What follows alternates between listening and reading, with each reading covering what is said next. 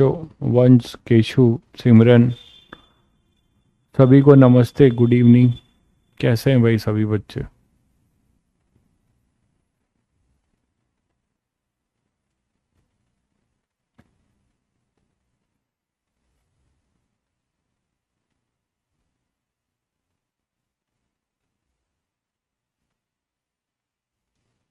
Yogesh, Sitanshu, good evening.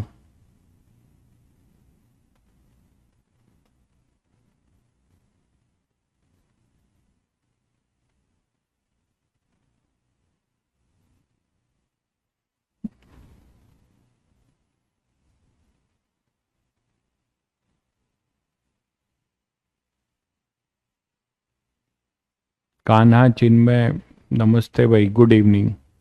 चलो बच्चों, फिर ऑडियो वीडियो क्लियर है? एक बार कंफर्म करिए, कार्यक्रम शुरू किया जाए। ऑडियो वीडियो क्लियर है? आप लोगों ने होमवर्क क्वेश्चन ट्राई किया था क्या? होमवर्क क्वेश्चन ट्राई किया था क्या?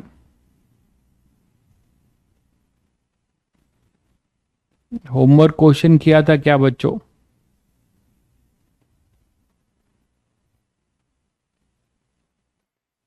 हो गया? तो क्या कोई क्वेश्चन क्लियर, सारे क्वेश्चन हो गए? डाउट तो नहीं है?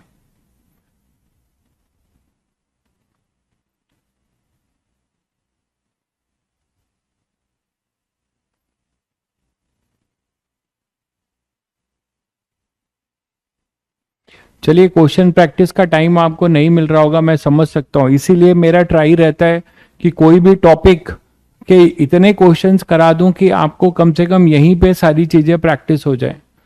मेरा इसीलिए ट्राई रहता है कि आपको अभी सेल्फ प्रैक्टिस का समय बहुत कम मिल रहा है, तो क्लास में ही हम इतने क्वेश्चंस कर लें जिससे कि आपके उस टॉपिक पे लगभग कॉन्सेप्ट क्लास में ही क्लियर हो जाए।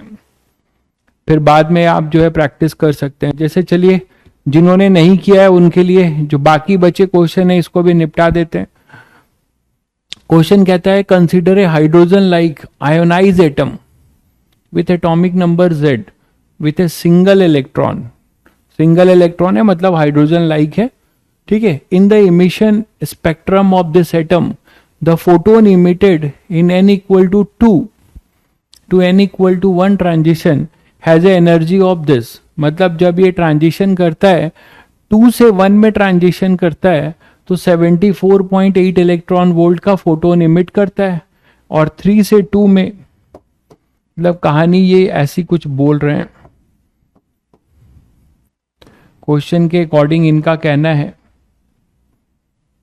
कि जब ट्रांजिशन इसका 2 से 1 में होता है ना, और फिर 3 से 2 में होता है, तो दो अलग अलग फोटोन ये इमिट करता है। यहां पे फोटोन इमिट करता है कितने का? 74.8 इलेक्ट्रॉन वोल्ट, ठीक है। मतलब हाइयर, यहां से कोई फोटोन इमिट करेगा, यहां से भी कोई फोटोन इमिट करेगा। तो इनका कहना है कि ये वाला जो फोटोन है, यहां से जो फोटोन निकलता है ना, दिस फोटोन, मान लीजिए इसमें एनर्जी E1 निकलती है और इसमें E2 निकलती है, तो इनका कहना है कि ये जो एनर्जी होगी फोटोन की E1, वो E2 से कितना ज्यादा होगी। Emitted in this is higher लिखा है ना, हैज एनर्जी हाइयर लिखा है। तो एक इक्वेशन आप सीधे सीधे यहां से बना सकते हो कि E1 is equal to E2 plus 74.8 electron volt. यह है energy of photon from transition 2 to 1, और यह है 3 to 2, है ना, फोटोन एनर्जी। ये भी अपनी फोटोन एनर्जी है ना, for this transition n equal to 3 से 2। तो बच्चों यहां से E1 क्या लिख सकते हो? E1 आप क्या लिखोगे? E equal to H nu. Photon की एनर्जी तो सभी को पता है ना, E equal to H nu या hc बाय लैम्डा, यही तो लिखते हो। तो आपको z की वैल्यू बतानी है। तो यहां से जब n इक्वल टू 2 से 1 में जा रहा है, तो उस ट्रांजिशन का जो डिफरेंस होगा, ये फोटोन की ये जो एनर्जी होगी, वो E2 और E1 के डिफरेंस के बराबर होगा। मानते हैं कि नहीं? E2 और E1 के डिफरेंस के बराबर होगा। तो बेटर है कि इसको आप ऐसे लिखो, ये जो ट्रांजिशन हो रहा है, इस ट्रांजिशन में जो एनर्जी का चेंज होगा, है ना, 2 से 1 का ट्रांजिशन का एनर्जी डेल्टा ई लिख सकते हैं। तो डेल्टा ई जो है E1 के बराबर होगा। इसको हटा रहा हूं, नहीं तो कंफ्यूज करोगे E1 E2 से, इसे हटा रहा हूं।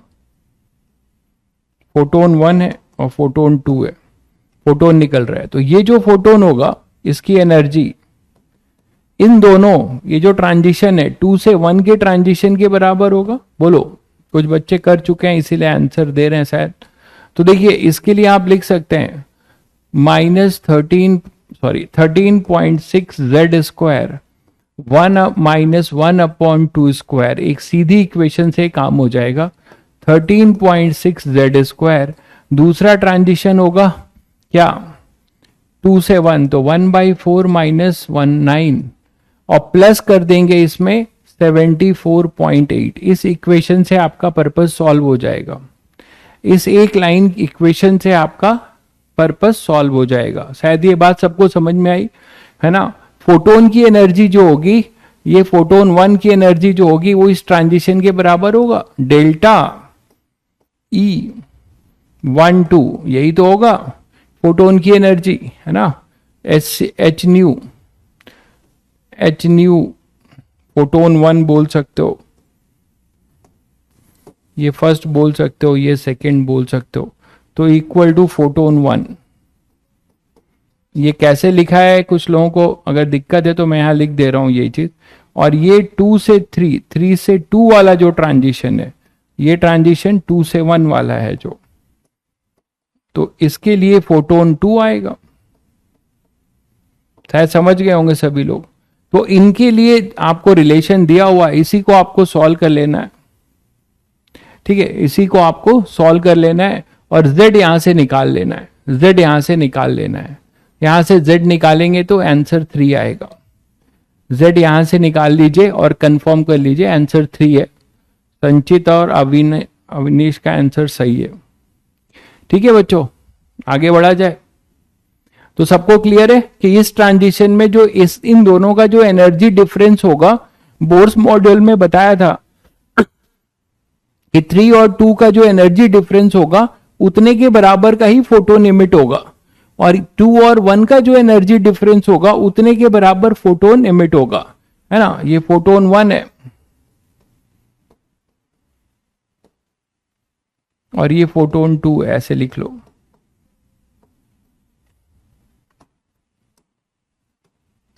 क्लियर हो गया सभी को?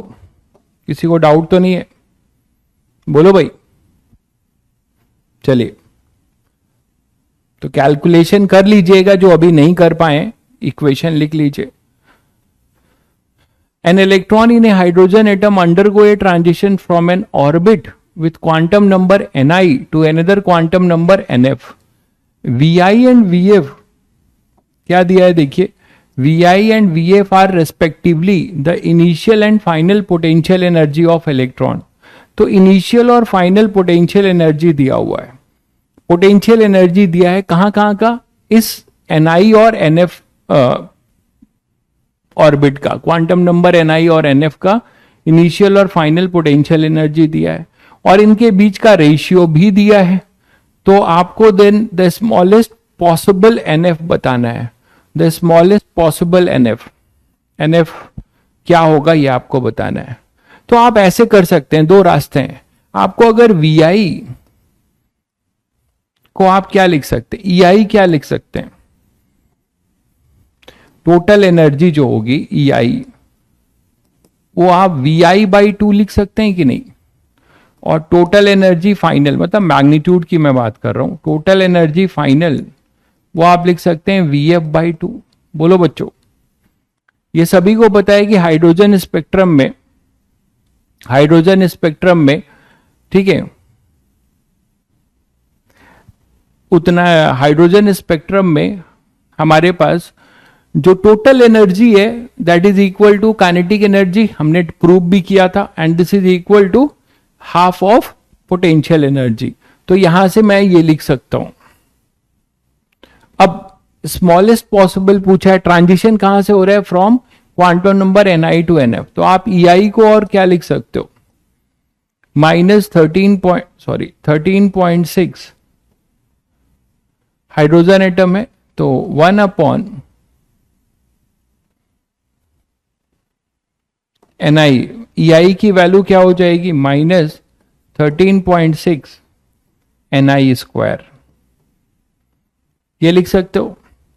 EF क्या लिख सकते हो, -13.6 NF स्क्वायर। इन दोनों को अगर डिवाइड करो तो EI अपॉन EF ये अपने पास आ जाएगा NF square upon Ni square, और EI अपॉन EF कितना हो जाएगा भाई, EI अपॉन EF हो जाएगा VI अपॉन VF। बोलो, तो हमारे पास NF अपॉन Ni आएगा √6.25, दैट इज 2.5। तो NF अपॉन Ni को अगर आप फ्रैक्शन में लिखते हो तो 25/10 दैट इज 5/2। रेशियो और भी हो सकते हैं, 5/2 हो सकता है, 25/4 हो सकता है ना, आगे और भी रेशियो हो सकते हैं, बट स्मॉलेस्ट पॉसिबल पूछा है, तो स्मॉलेस्ट पॉसिबल जो होगा वो होगा 5।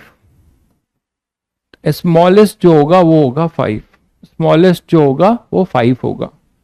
तो ये इंटीजर टाइप क्वेश्चन रहा होगा 2017 का, इंटीजर टाइप क्वेश्चन है। हाँ भाई, सारे एडवांस के क्वेश्चन है, सारे मैंने आपको एडवांस के ही PYQs करा रहा हूं, क्लियर है। मेंस का कोई चक्कर नहीं है, मैंने बता रखा है, मेरे पढ़ाने के बाद मेंस के PYQs खुद से होने चाहिए, इस जज्बे से पढ़ रहे हैं हम लोग। नेक्स्ट क्वेश्चन है, hydrogen atom in its ground state is irradiated by a light of wavelength 970 angstrom taking Hc/E equal to this, एक वैल्यू दे रखी है, एंड ग्राउंड स्टेट एनर्जी ये है जो आपको पता है, number of lines present in the emission spectrum is. तो एक हाइड्रोजन एटम है, वो ग्राउंड स्टेट में है और एक फोटोन एब्जॉर्ब करता है, एक फोटोन एब्जॉर्ब करता है 970 एंगस्ट्रॉन का, ठीक है। तो 970 एंगस्ट्रॉन का वो फोटोन एब्जॉर्ब करता है, तो चलो देखा जाए कि वो कहां तक जाएगा। नंबर ऑफ, ध्यान से देखिए, ये ग्राउंड स्टेट में है, तो ग्राउंड स्टेट में है तो 0 मतलब n इक्वल टू 1 में है, तो ये जितनी दूरी तक जाएगा वही नंबर ऑफ ट्रांजिशन भी होगा। कल हम लोगों ने एक क्वेश्चन किया था जिसमें NC2 में मैंने कहा था कि n जो है नंबर ऑफ ट्रांजिशंस मतलब नंबर ऑफ एनर्जी लेवल्स को बोलता है, लेकिन अगर वो ग्राउंड से शुरू होता है तो n हमारा क्वांटम नंबर भी बताएगा। अगर रेफरेंस अपना 1 से शुरू होगा तो अपना n जो है क्या बताएगा, n अपना क्वांटम नंबर भी बताएगा। तो हम किसी भी तरीके से अगर हम n निकाल लें, है ना, अगर हम n निकाल लें तो हम क्या कर सकते हैं, NC2 से n निकाल सकते हैं, हमें n की जरूरत पड़ेगी, NC2 से नंबर ऑफ लाइंस निकाल सकते हैं हाइड्रोजन स्पेक्ट्रम में, कितने फोटोन्स इमिट कर पाएगा पॉसिबल। तो E जो है एनर्जी ऑफ फोटोन पहले निकाल लें जो ये एब्जॉर्ब कर रहा है, तो एनर्जी ऑफ फोटोन जो है वो है hc/λ। hc, अब जरा यहां ये एक वैल्यू इन्होंने दिया हुआ है, hc/E equal to 1.237 into 10⁻⁻6 volt है। इसको इलेक्ट्रॉन से मल्टीप्लाई करोगे तो ये इलेक्ट्रॉन वोल्ट बनेगा, इलेक्ट्रॉन वोल्ट हो जाएगा, है ना। अब इसमें अगर 3 को ये हटा रहे हो तो Hc को नैनोमीटर, इसको 1237 इंटू 10⁻⁻9, ये इलेक्ट्रॉन वोल्ट फिर नैनोमीटर होगा, 1237 -9 कर दोगे, और अगर इसको एक 0 और बढ़ा के करें तो ये भी लिख सकते हैं क्या, 12370 इलेक्ट्रॉन वोल्ट एंगस्ट्रॉन, ऐसे भी लिख सकते हैं। आप बोलो सर ऐसा क्यों कर रहे हो, क्योंकि हमें लैम्डा जो दिया हुआ है फोटोन का वो एंगस्ट्रॉन में दिया है, तो हमने उसको एंगस्ट्रॉन में कन्वर्ट कर लिया अपनी इस डेटा से Hc की वैल्यू को। तो यहां पुट करो 12,370 अपॉन में 970, थोड़ा आपकी मदद चाहिए। 1237 अपॉन 97, थोड़ा सा बता दीजिए क्या आ रहा है, अदरवाइज कैलकुलेटर से, मैं तो कैलकुलेटर से ही करूंगा, फिर आप लोग बता दीजिए।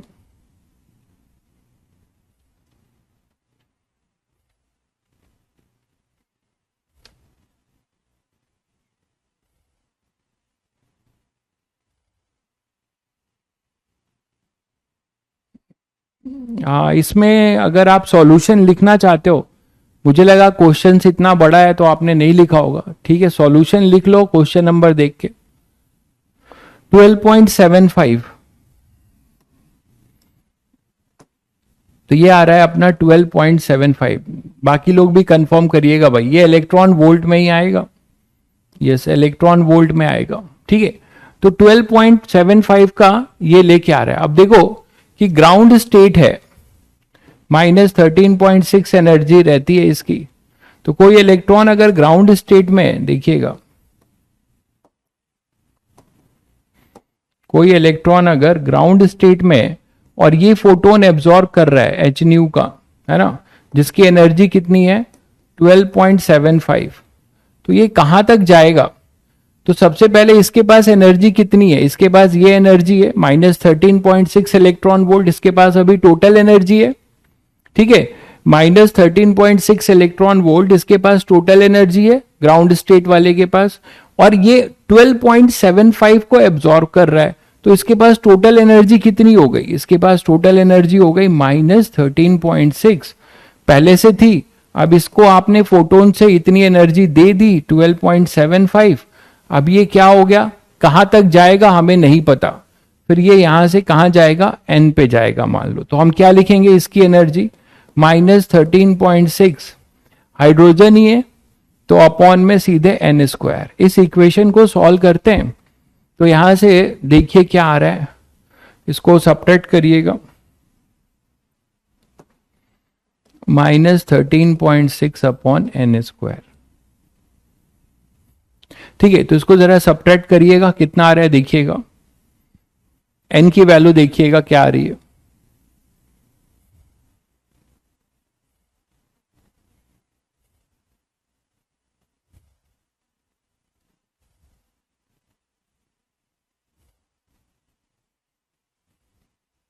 कितना आ रहा है, ये आएगा 0.85,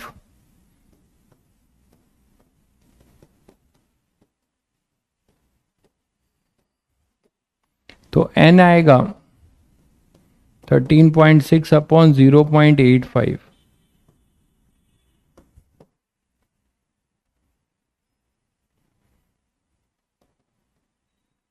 ये देख लो क्या आ रहा है, 4 आ रहा है, ओके। तो फाइनली यहां से n की वैल्यू आएगी 4, कई बच्चों ने आंसर दिया है, तो n इक्वल टू 4, मतलब ये 4th में जाएगा। तो अब देखो ये ग्राउंड से 4 में गया है, तो ट्रांजिशन मैंने वही कहा आपको कि बीच में नहीं है कोई, ग्राउंड से सीधे 4 में गया है, तो 4th एनर्जी से उतरेगा, तो NC2 कर दो, number of spectrum, number of lines,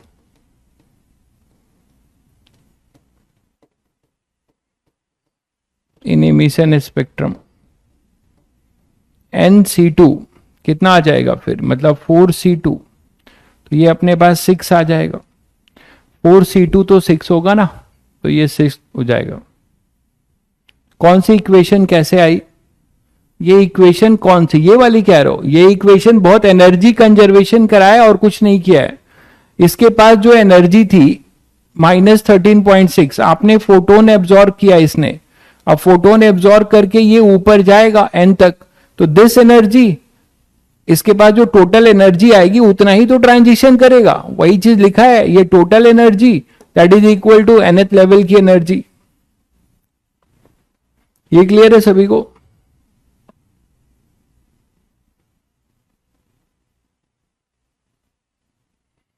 बोलो भाई, या इसको आप ऐसे समझ सकते हो, आप ऐसे समझ सकते हो कि 12.75 is equal to 13.6 1 minus 1/n²। आपको ऐसे समझना चाहते हो तो आप इसको ऐसे समझ लो, ये समझ लो कि जो ये फोटोन लेके आया है, जो ये फोटोन एब्जॉर्ब किया है, एन और ग्राउंड के ट्रांजिशन, ये डेल्टा ई है, ये डेल्टा ई है between ground and nth level. तो यही तो होगा भाई, इन दोनों का जो डिफरेंस होगा, इन दोनों का जो डिफरेंस होगा फोटोन ने जो एब्जॉर्ब किया है उसके बराबर होगा। इसी को मैंने ऐसे लिख दिया है तो आपको डाउट हो रहा होगा। ठीक है, क्लियर हो गया होगा। NC2 कैसे आया? अरे यार, आपने परमुटेशन नहीं पढ़ा है कि कोई भी दो ट्रांजिशन से एक इमिशन होगा, एक लाइन निकलेगी। ये तो बहुत सिंपल बात है यार, कि कोई भी अगर ये मान लो है, ये यहां से यहां अगर आ रहा है तो इस इतने एनर्जी डिफरेंस का एक फोटोन एमिट करेगा, यहां से यहां आएगा तो एक फोटोन एमिट करेगा। तो किसी भी दो एनर्जी लेवल के बीच में ट्रांजिशन होगा तो हमें क्या मिलेगा? एक लाइन मिलेगी। तो ऐसे कितनी लाइनें मिलेंगी? तो कॉम्बिनेशन तो जानते हो, NC2। कहा यार, मतलब परमुटेशन तो जानते होगे भाई, थोड़ा बहुत तो पढ़ा होगा, याद होगा।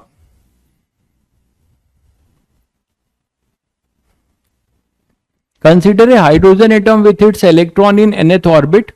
An electromagnetic radiation of wavelength 90 nanometer is used to ionize the atom. To ionize the atom, इस बात को ध्यान दीजिएगा। आयोनाइज करने का मतलब है आपको वहां से निकालना है। एक बात समझ लीजिए, बहुत बच्चे इसमें डिफरेंस नहीं समझ पाते हैं कि कोई फोटोन आता है तो उस फोटोन को एब्जॉर्ब करके इलेक्ट्रॉन आगे की जंपिंग करता है हायर एनर्जी लेवल में। एक बात ये हो गई। दूसरी बात ये हो गई कि वो फोटोन आता है तो उसको जिस स्टेट पर वो इलेक्ट्रॉन है उसको डिटैच कर दे। डिटैच करने का मतलब आयोनाइज कर दे। आयोनाइजेशन समझते हैं सभी लोग, ये न्यूक्लियस है ना। तो न्यूक्लियस ये इलेक्ट्रॉन है, आपको इसको यहां से ले जाना है इंफिनिटी पे।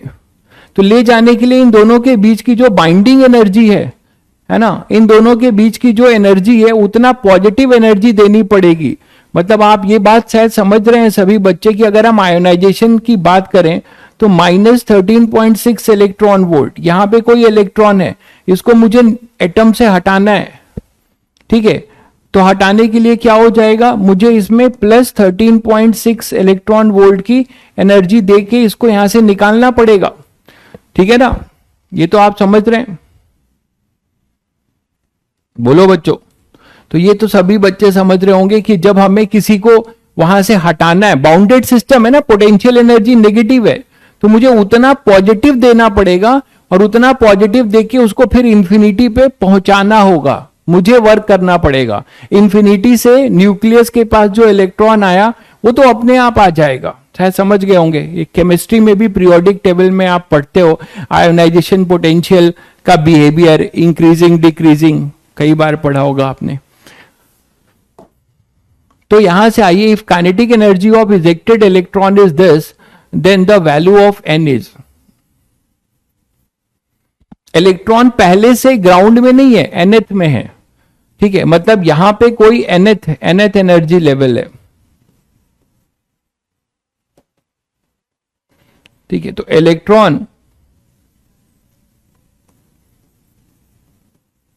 इलेक्ट्रॉन अपना यहां पर है और यहां से कोई फोटोन आ रहा है, कितने का आ रहा है, इसका लैम्डा कितना दिया है, 90 नैनोमीटर। तो यहां से क्या हो रहा है, इसको आपको ये ट्रांजिशन नहीं कर रहा है, ये ध्यान दीजिए, ये ट्रांजिशन नहीं कर रहा है, ये आयोनाइज हो रहा है, ionize the atom. If the kinetic energy of the ejected electron is this, तो यहां से ये आयोनाइज होके बाहर निकल रहा है और इसका Ke हमें पता है कितना दिया हुआ है, 10.4 इलेक्ट्रॉन वोल्ट। तो अब मुझे बताओ कि nth ऑर्बिट आयोनाइज कराने का मतलब क्या हुआ कि इसकी En क्या होगा। En हमारे पास होता है -13.6/n²। तो फॉर आयोनाइजेशन हमें इतना पॉजिटिव एनर्जी देना होगा। तो फॉर आयोनाइजेशन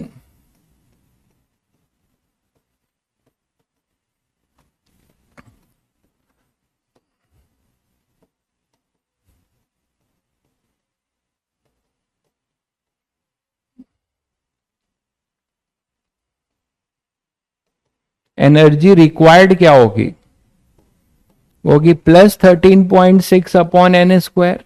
तो एनर्जी कंजर्वेशन करो, इतनी टोटल एनर्जी लेके आया ये फोटोन, इतनी एनर्जी एब्जॉर्ब किया, तो इस एनर्जी का क्या हुआ, इसने इतना पॉजिटिव एनर्जी देके इसको nth एनर्जी लेवल से डिटैच किया, और बाकी जो बची हुई एनर्जी होगी उससे ये इसको काइनेटिक एनर्जी मिला। तो एक इक्वेशन सीधे लिखना है, H C by lambda this is equal to 13.6 upon N square plus 10.4 हो गया। ठीक है, एच सी की वैल्यू देखो यहां लिखा हुआ है, एच सी की वैल्यू इलेक्ट्रॉन वोल्ट नैनोमीटर होता है, मैंने बताया है। तो अगर ये वैल्यू आप पुट करते हो तो लैम्डा ऑटोमेटिकली आपको क्या मिलेगा, नैनोमीटर में। चलिए तो क्या हो जाएगा 1242 अपॉन में लैम्डा, लैम्डा ऑलरेडी नैनोमीटर में है तो आपको यहां कुछ करना नहीं है, सीधे 90 लिखना है, क्योंकि ये इलेक्ट्रॉन वोल्ट नैनोमीटर है। तो नैनोमीटर नैनोमीटर कट जाएगा, इलेक्ट्रॉन वोल्ट आएगा, minus 10.4 equal to 13.6 upon N square. N निकालना है क्या, हाँ एन निकालना है। तो थोड़ा सा हेल्प करिए, यहां से एन बता दीजिए, यहां से एन बता दीजिए, एन स्क्वायर बता दीजिए, फिर एन बता दीजिए। इसको डिवाइड करके देख लीजिए, इसको डिवाइड करके देख लीजिए। हाँ, आयोनाइज का मतलब है कि आप उसको उसके ऑर्बिट से डिटैच कर रहे हो। आयोनाइज का मतलब है कि आप उसको उसके, अभी बताया तो यार, जब बताता हूं तो वही चीज दोबारा क्यों पूछते हो, अभी अभी तो समझाया यार कि ये इलेक्ट्रॉन है, इसको अपने ऑर्बिट से इसको निकाल कर इंफिनिटी पे पहुंचाना है, तो कितनी एनर्जी, यही चीज तो अभी बताई, दोबारा वही चीज फिर पूछते हो। ध्यान कहीं और रखते हो क्या, दो दो काम करते हो पढ़ाई के, अभी पढ़ने के साथ साथ।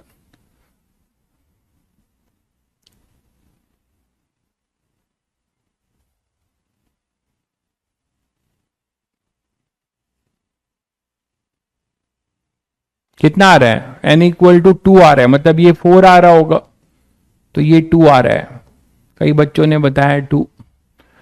ठीक है,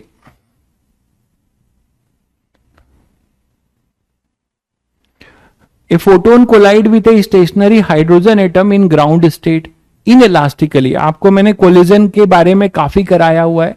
तो कोई फोटोन जो है इन इलास्टिकली कोलाइड होता है किसी हाइड्रोजन एटम से जो ग्राउंड स्टेट में है। एनर्जी ऑफ कोलाइडिंग फोटोन, जो फोटोन आ रहा है वो 10.2 इलेक्ट्रॉन वोल्ट का है। कोलाइड करने का मतलब, फोटोन से कोलिजन का क्या मतलब समझते हो, कि फोटोन से कोलिजन का मतलब फोटोन वो एब्जॉर्ब कर रहा है।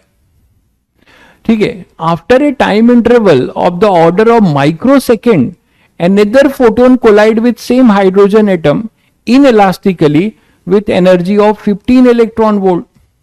What will be observed by the detector? तो कोई डिटेक्टर जो डिटेक्ट कर रहा है उसको क्या डिटेक्ट होगा, थोड़ा क्वेश्चन ध्यान से पढ़ लीजिए। यहां पे एक हाइड्रोजन एटम है, वो ग्राउंड स्टेट में है, उस पे दो फोटोन कोलाइड हो रहे हैं, एक 10.2 इलेक्ट्रॉन वोल्ट का फोटोन एब्जॉर्ब हो रहा है और दूसरा 15 इलेक्ट्रॉन वोल्ट का तुरंत हो जा रहा है, कुछ समय के बाद ही, माइक्रो सेकेंड के बाद ही। तो आपको बताना है कि वहां एक डिटेक्टर है, वो क्या डिटेक्ट करेगा, क्या फिनोमेना डिटेक्ट करेगा, ये आपको बताना है। अब देखो कि यहां पर सभी बच्चों को पता है कि अगर वो ग्राउंड स्टेट में है और हाइड्रोजन है तो उनको तो अब रट गया होगा सभी को, इसीलिए कहा था कि 2-4 याद रखना है। -13.6 electron volt, -3.4 electron volt, -1.5 electron volt. तो अगर ये ग्राउंड स्टेट में है भाई, आप बताओ, तो ग्राउंड स्टेट से यहां तक का ट्रांजिशन का एनर्जी डिफरेंस कितना है ना, ये 1 है, ये 2 है, n इक्वल टू 1 है और ये n इक्वल टू 2 है, यही है ना। तो आपको क्या मिलेगा यहां से 13.6 माइनस 3.4, तो ये तो आपको मिलता है 10.2 इलेक्ट्रॉन वोल्ट। इसका मतलब ये जो फोटोन एब्जॉर्ब होगा 10.2 इलेक्ट्रॉन वोल्ट का, तो ये कैपेबल है यहां तक आने के लिए। है ना, इसकी एनर्जी यही है ना, कोलाइडिंग फोटोन की एनर्जी यही है 10.2 इलेक्ट्रॉन वोल्ट। तो 10.2 इलेक्ट्रॉन वोल्ट की एनर्जी इसके पास आएगी।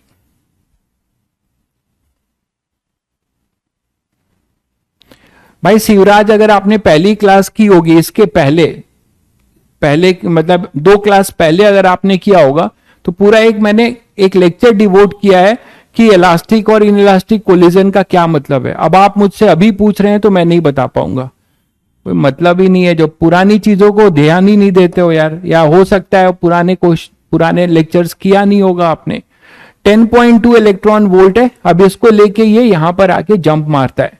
अब आप ये बताओ कि जब ये यहां से यहां पर आएगा, यहां आ जाएगा, तो फिर से क्या होगा, फोटोन इमिट करेगा। फिर से ये एग्जैक्ट एनर्जी थी, तो फिर ये यहां से ज्यादा देर तक अपने वो हायर एनर्जी लेवल पे नहीं रह पाते हैं, ये सभी को पता है। तो फिर से वो जंप मारेगा अपने ग्राउंड स्टेट में, और जब वो जंप मारेगा तो ये यहां से एच न्यू का फोटोन छोड़ेगा। फिर से जितना एब्जॉर्ब किया था उतना फिर यहां से यहां लौटेगा, तो फिर छोड़ देगा।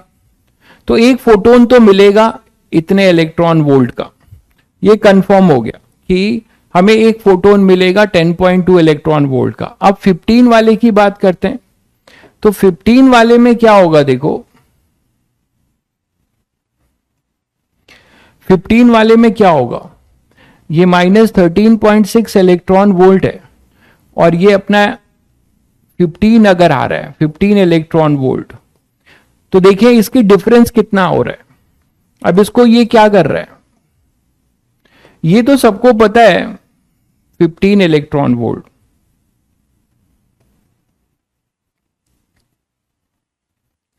और ये -3.4 इलेक्ट्रॉन वोल्ट है। तो 15 इलेक्ट्रॉन वोल्ट है, collide with same hydrogen atom inelastically with. एक पॉसिबिलिटी और क्या है कि ये इसको यहां से आयोनाइज करे, है ना, नॉकआउट कर दे, नॉकआउट कर दे यहां से। कैसे नॉकआउट कर भी सकता है, क्योंकि यहां -13.6 है। आप बोलोगे सर इसने इसको नॉकआउट क्यों नहीं किया, ध्यान दीजिएगा 10.2 इलेक्ट्रॉन वोल्ट इसको आयोनाइज करने के कैपेबल नहीं है, इसको यहां से बाहर निकालने के कैपेबल नहीं है, क्योंकि इसकी एनर्जी आपको आयोनाइज करने के लिए +13.6 देनी होगी। तो बच्चों ये बात समझ लो कि कब आयोनाइज होगा और कब जो है एब्जॉर्ब करके जंपिंग करेगा, दोनों में क्लियर है सभी को। तो यहां से अपने पास 13.6 एनर्जी चाहिए, जबकि फोटोन के पास एनर्जी है 10.2। तो बस ये एब्जॉर्ब करके हायर एनर्जी स्टेट में जाएगा, इसका जो है यहां पर आयोनाइजेशन नहीं होगा।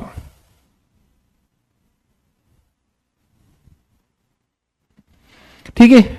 अरे भाई फोटोन का कोलिजन का क्या मतलब है, फोटोन का कोलिजन का मतलब होता है, फोटोन का कोलिजन का मतलब एब्जॉर्ब करना, बस आप ये समझ लो। फोटोन का कोलिजन का मतलब हुआ एब्जॉर्ब करना, और कोई मतलब नहीं है। तो यहां पे 15 इलेक्ट्रॉन वोल्ट है, तो 15 इलेक्ट्रॉन वोल्ट की अगर बात करें तो 15 इलेक्ट्रॉन वोल्ट से आयोनाइज हो जाएगा। तो इस केस में क्या होगा,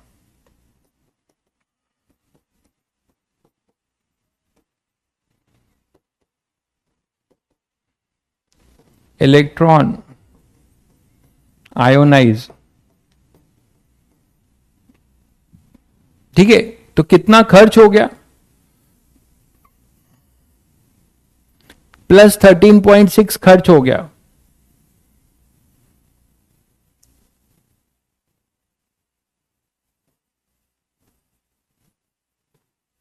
एंड हैव एनर्जी कितना हो जाएगा, 15 - 13.6 कितनी एनर्जी लेके जाएगा ये, 1.4 इलेक्ट्रॉन वोल्ट, 1.4 इलेक्ट्रॉन वोल्ट की एनर्जी लेके जाएगा। ठीक है, 1.41 इलेक्ट्रॉन वोल्ट की एनर्जी लेके जाएगा। तो अब इसके पास एक फोटोन हुआ, ये जंप तो करेगा नहीं, ये यहां से आयोनाइज होके बाहर गया इतनी एनर्जी के साथ। तो डिटेक्टर क्या डिटेक्ट करेगा, एक इलेक्ट्रॉन और एक फोटोन कहीं है।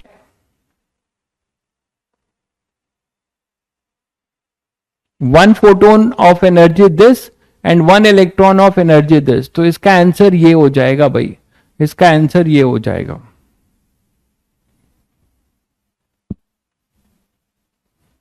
ठीक है, चलिए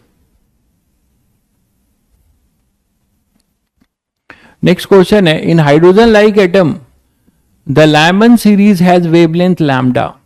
एक हाइड्रोजन लाइक एटम है जिसका एटॉमिक नंबर दिया है, nth line of Lyman series has wavelength lambda. The de Broglie wavelength of electron in the level from which it originated is also lambda. तो find the value of n. तो पहले तो Lyman series में, ठीक है, Lyman series में, हाँ मेरे ईयर का एक क्वेश्चन था जो मैं नहीं कर पाया था, मैंने भी ये क्वेश्चन गलत टिकाया था भाई, क्योंकि मुझे ये नहीं समझ में आ रहा था, मतलब उस समय मैंने मिस किया कि आयोनाइजेशन और जंपिंग, उसमें मैं थोड़ा कंफ्यूज हो गया था जबकि इजी क्वेश्चन था। In hydrogen like atom Z equal to 11 nth line of Lyman series has a wavelength of lambda. तो अब आप बताओ मुझे कि लाइमन सीरीज का nth लाइन, तो लाइमन सीरीज में एक चीज तो फिक्स हो जाएगी क्या, n इक्वल टू 1। तो फॉर लाइमन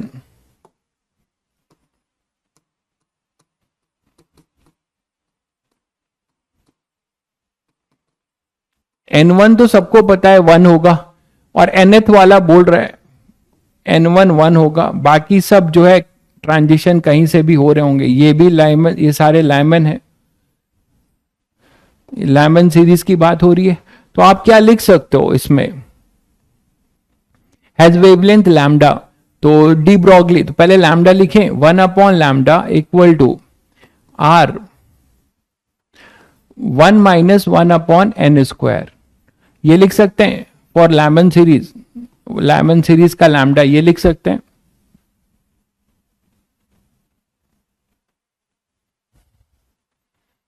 भाई फोटोन से इलेक्ट्रॉन नहीं बना यार, तुम लोग एकदम पैदल ना रेस हो क्या चिन्मय बाबू, फोटोन से इलेक्ट्रॉन कहां बना है, फोटोन तो एब्जॉर्ब कर रहा है, फोटोन इज ए एनर्जी, बिल्कुल नहीं कुछ जानते हो यार आप लोग इसका मतलब।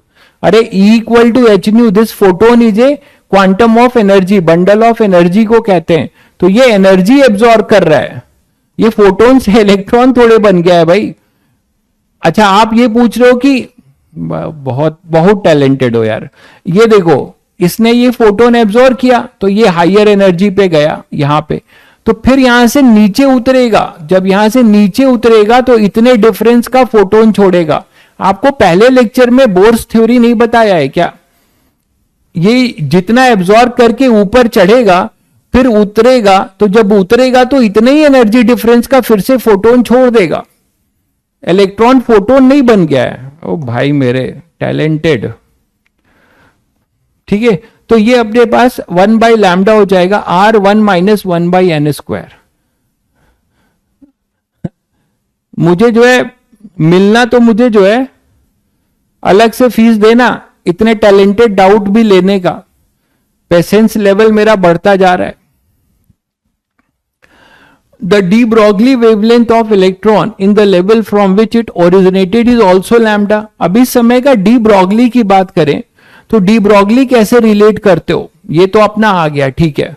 अब de Broglie की बात करो तो de Broglie अपने पास क्या होगा, lambda equal to H upon M V. de Broglie के लिए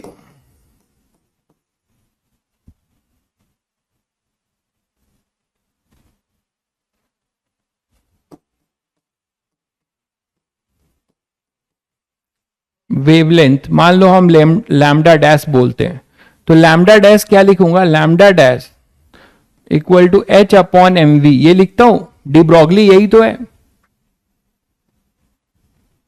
अच्छा जेड भी है, ओके ओके जेड भी है, ठीक है ठीक है, R Z square, hydrogen like है ना, ठीक है।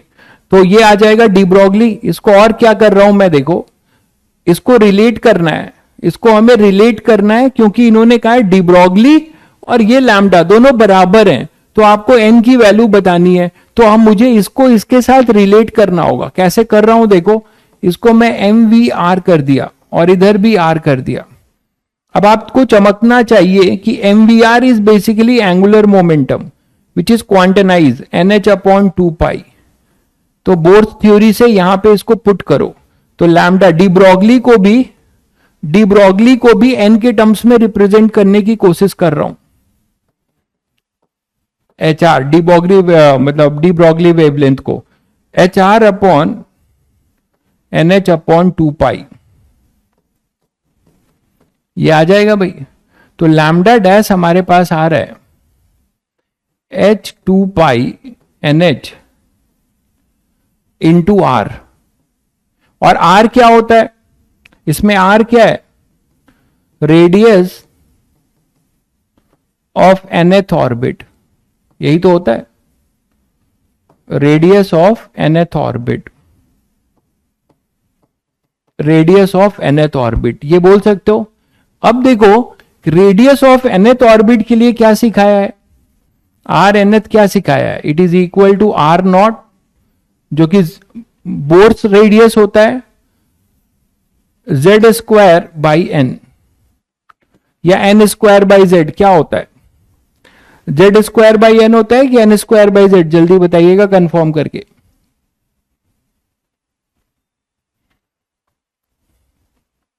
जेड स्क्वायर बाई एन होता है कि एन स्क्वायर बाई जेड होता है? एन स्क्वायर बाई जेड होता है आई थिंक। तो आर को हम ये लिख सकते हैं आर नॉट मतलब 0.529, तो मैं इसको आर नॉट ही रहने देता हूं अभी फिलहाल, ऐसे वैल्यू की जरूरत तो पड़ेगी। 0.529 एन स्क्वायर बाई जेड ये होता है, ये आर की वैल्यू होगी। इसको लाके यहां पुट करो तो लैम्डा डैश आएगा h इंटू 2 पाई। ये क्वेश्चन थोड़ा दमदार निकला है। h अपॉन 2 पाई थोड़ा अलग कुछ सोचना पड़ रहा है। NH इंटू आर होगा 0.529 एन स्क्वायर जेड। तो देखो h से h कैंसिल हुआ और एक n से n कैंसिल हुआ, तो लैम्डा डैश हमें मिला 2 पाई 0.529 अपॉन में z इंटू n। और z आपको 11 दिया हुआ है, z आपको 11 दिया है, अभी करेंगे। तो ये हमारे पास होगा इक्वेशन 1, इक्वेशन 2 और ये होगा इक्वेशन 1। इन्हीं दोनों को इक्वेट कर देते हैं, इन्हीं दोनों को इक्वेट कर देते हैं, समझे? इन्हीं दोनों को इक्वेट कर दो।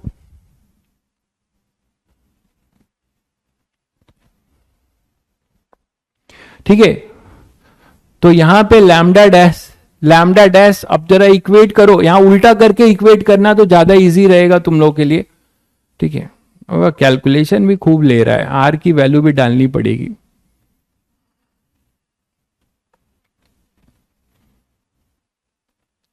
तो देखो 1 upon lambda equal to 1 upon lambda dash, ये कर सकते हो, है ना? तो 1 अपॉन लैम्डा तो हमें पता है R Z square 1 minus 1 upon N square, this is equal to lambda dash 1 upon lambda dash होगा Z upon 2 pi 0.529 into N. अब एन वाले टर्म को एक तरफ ले आओ तो एन स्क्वायर ये आ जाएगा N square minus 1 N square minus 1 upon N, this is equal to Z upon, ये एक जेड से एक जेड कैंसिल हो रहा है तो ऊपर तो केवल 1 आएगा, 1 अपॉन 2 इंटू 3.14 इंटू 1.6 इंटू 10 की पावर 6 9 होता है ना रेडबर्ग भी आपको डालना होगा, ये करिएगा भाई, मेरे बस का नहीं है। 2 पाई, मैं एक्सप्रेशन लिख दे रहा हूं बस, 2 पाई इंटू 0.529 इंटू रेडबर्ग, ये आएगा भाई। इसको तुम्हें सॉल्व करना पड़ेगा, एनियाओ बहुत जहरीला था। ठीक है, इसको आपको सॉल्व करना पड़ेगा। क्वेश्चन का लैंग्वेज ये भाई कि इन्होंने कहा है, आपको ये तो पता है ना डुअल नेचर, इतना तो पढ़ा है, मैंने नहीं पढ़ा है आपको डुअल नेचर। डुअल नेचर तो डी ब्रॉगली का पता है ना एटॉमिक स्ट्रक्चर में, it has wave character as well as it has particle character. Particle character अभी हम फोटो इलेक्ट्रिक में पढ़ेंगे। Wave character de Broglie lambda equal to H upon M V. Z रह गया, एक जेड भी रह गया, हाँ यहां पे जेड भी होगा इनटू जेड, तो इसकी वैल्यू आप पुट करिएगा, ठीक है।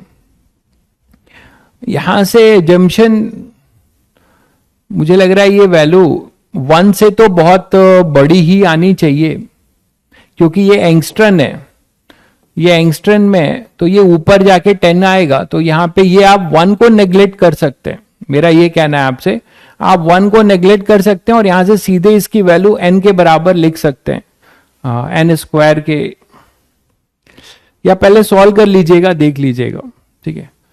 तो ये देख लीजिएगा कैलकुलेटर का हेल्प लेके। n भी रहा है क्या? n कहां रह गया? n तो एक देखो, n स्क्वायर माइनस 1, ये n और एक n कट गया ना, तो n यहां पे आ तो गया है। अब ठीक है, इसको आपको सॉल्व करना होगा और वैल्यू आपको निकालनी होगी।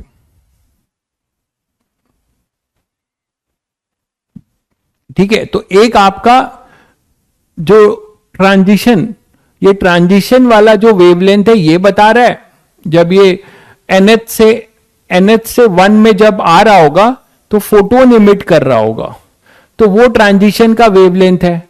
और एक आपका जो है डी ब्रॉगली वेवलेंथ है, दोनों को रिलेट आपने किया है।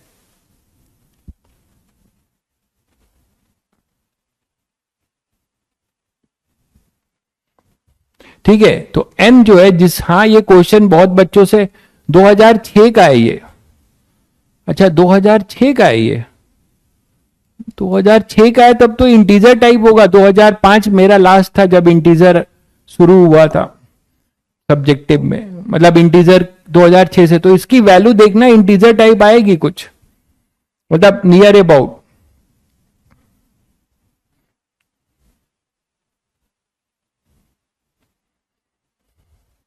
नहीं भाई, एडवांस में कैलकुलेटर नहीं मिलता है, कैलकुलेटर नहीं मिलता है, आपको करना पड़ेगा, ये सब जहर करना पड़ेगा आपको।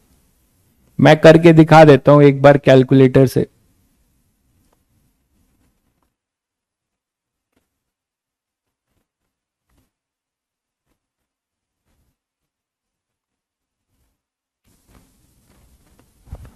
ये आ रहा है, यहां लिख दे रहा हूं, ये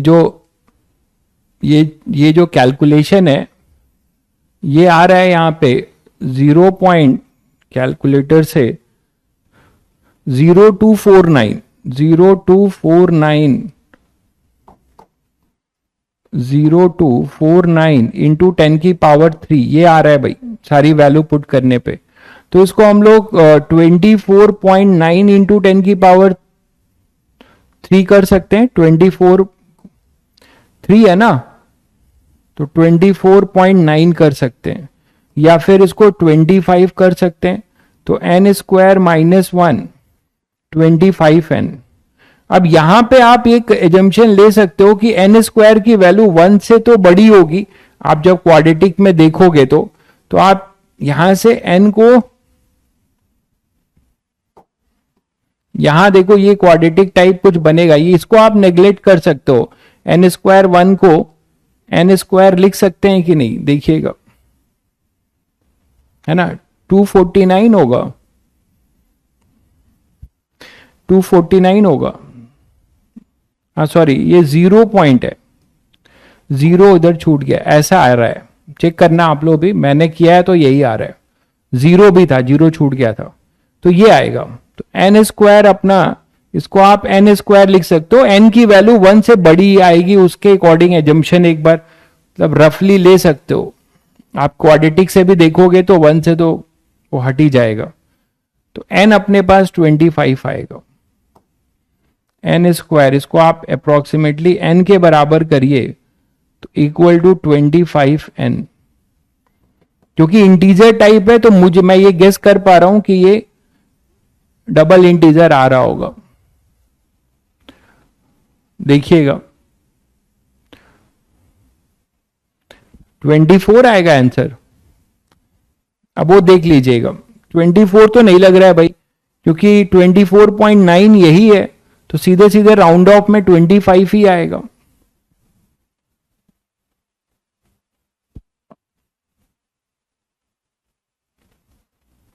ठीक है, तो वैल्यू ऑफ एन आपको बताना है। तो ग्राउंड स्टेट से था तो प्रिंसिपल क्वांटम नंबर ही होगा।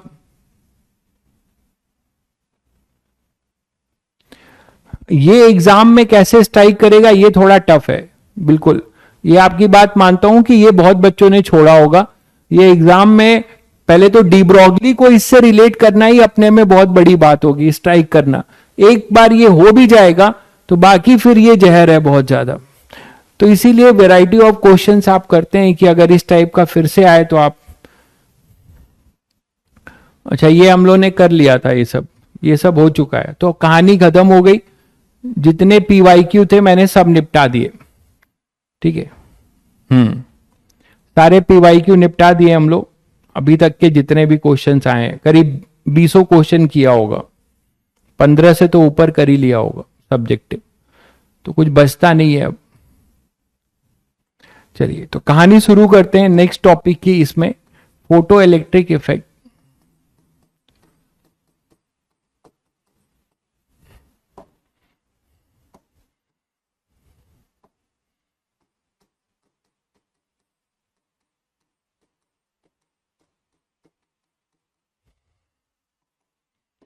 फोटो इलेक्ट्रिक इफेक्ट बेसिकली क्या बताता है? 25 क्वेश्चन कर लिए, बहुत बढ़िया, मतलब लगभग सारे पीवाईक्यू कर लिए। फोटो इलेक्ट्रिक इफेक्ट जो है क्या बताता है, क्या है पर थोड़ा, अच्छा ये बताओ, ये चैप्टर तुम लोगों ने केमिस्ट्री में पढ़ लिया है? केमिस्ट्री में पढ़ लिया है क्या ये चैप्टर?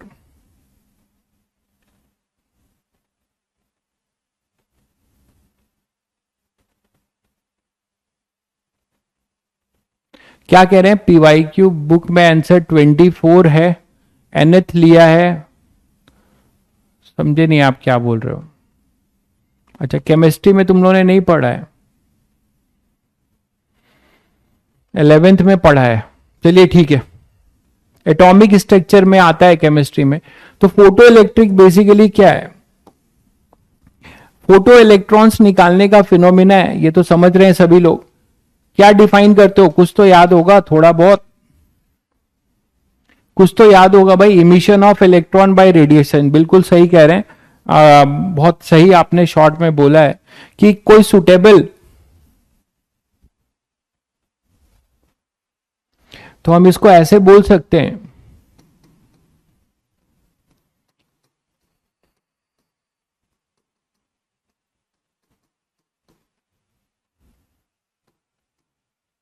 व्हेन लाइट ऑफ, मतलब स्मॉल वेवलेंथ सफिशिएंटली स्मॉल होगा जिससे कि वर्क फंक्शन को ओवरकम करे। अभी आपको इसका मीनिंग क्लियर होगा।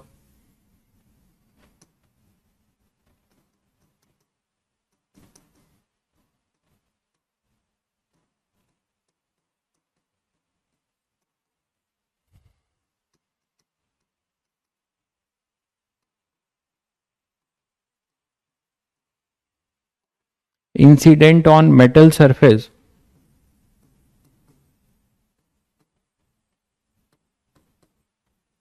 है ना? When light of sufficiently small wavelength incident on metal surface, then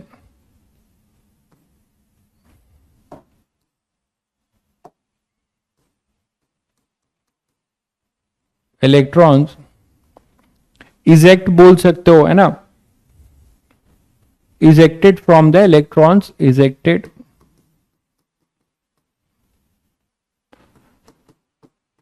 from the metal plate.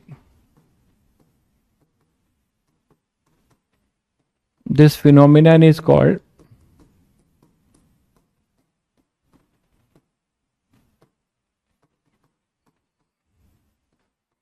photoelectric effect.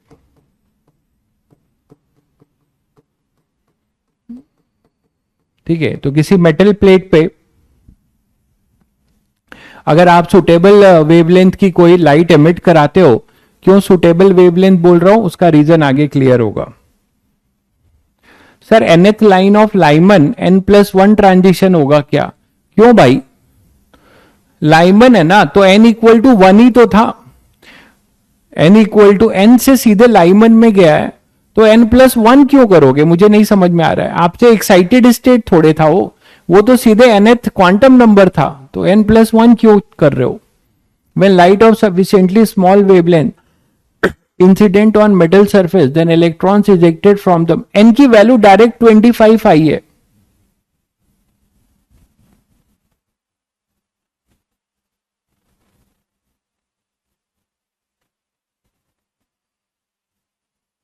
n+1 होगा।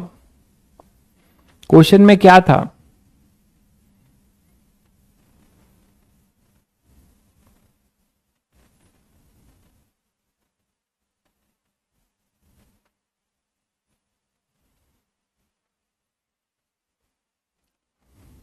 nth line of Lyman series has wavelength lambda. nth line of Lyman series has a wavelength lambda. तो the de Broglie wavelength of electron in the level from which it originated is also lambda. Find the value of n. तो nth line of Lyman series lambda है, तो n+1 क्यों कह रहे हो?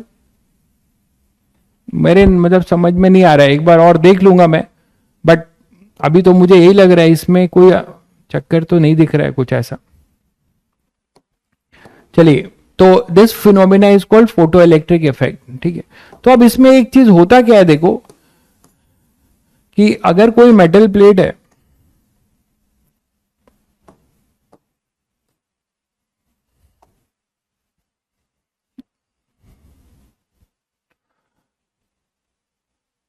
तो कोई मेटल प्लेट है मान लो,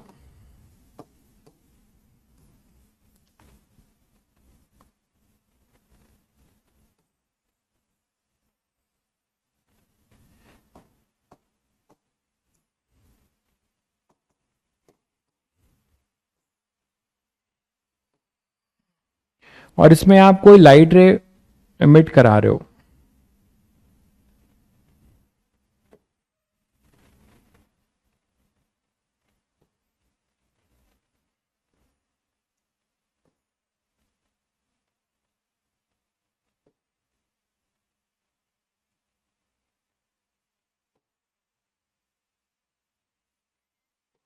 यही है। तो कोई भी सुटेबल वेवलेंथ की लाइट आपने अगर यहां पे एमिट कराई एच न्यू का, तो ये इलेक्ट्रॉन्स इसको एब्जॉर्ब करेंगे, बट कोई गारंटी नहीं है कि ये यहां से निकलेंगे ही। क्या क्या कंडीशन हो सकता है, देखिए यहां पे दो कंडीशन है। दो कंडीशन ये है कि पहला है, देखो कि if H nu is greater than phi, phi क्या है, work function, the binding energy, इसकी बाइंडिंग एनर्जी है। इफ एच न्यू जो फोटोन की एनर्जी है वो ग्रेटर देन, ये मान लीजिए इलेक्ट्रॉन है, इसको बाहर निकलना है, तो ग्रेटर देन वर्क फंक्शन होगा, तो आप बोल सकते हैं कि इलेक्ट्रॉन मे इजेक्ट। मैंने मे वर्ड क्यों लिखा है ये बताएंगे आप लोग कमेंट करके, किसी को पता है मैंने मे क्यों लिखा है? पहला केस ये, इलेक्ट्रॉन मे इजेक्ट, मैंने मे क्यों लिखा है कि इसको अगर फोटोन, पहले फाई के बारे में बता दूं, work function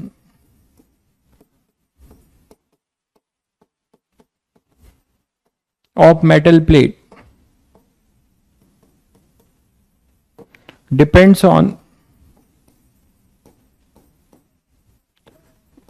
material of plate only.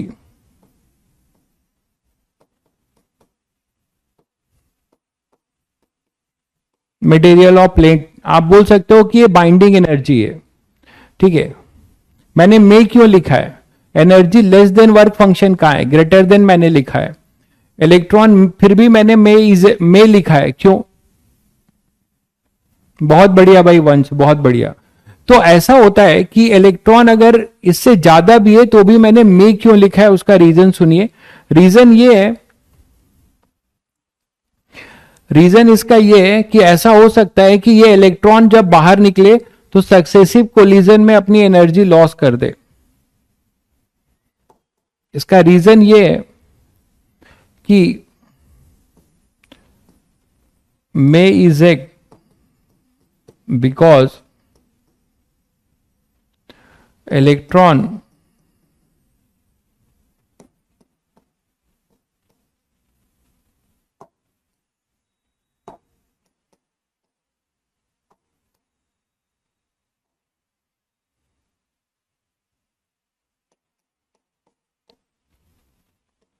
HNu-5 की जो एनर्जी बचेगी इन सक्सेसिव कोलिजन,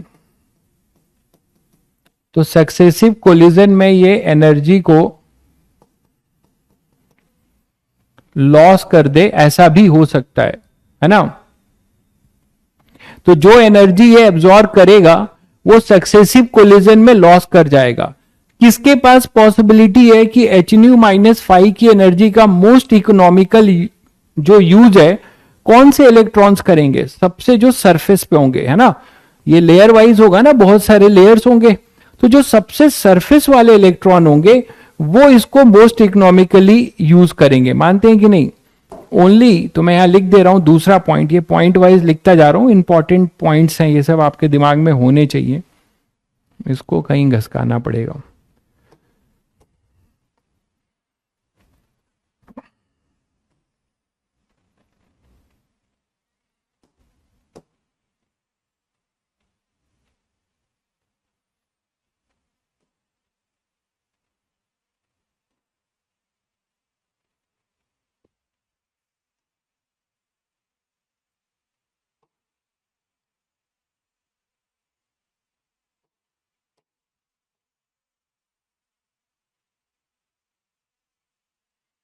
ठीक है, तो अब इसमें आप बोल सकते हो कि ओनली सरफेस इलेक्ट्रॉन, इसीलिए सरफेस फिनोमिना है, surface electron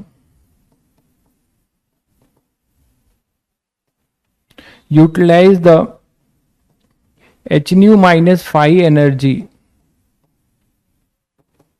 most in economically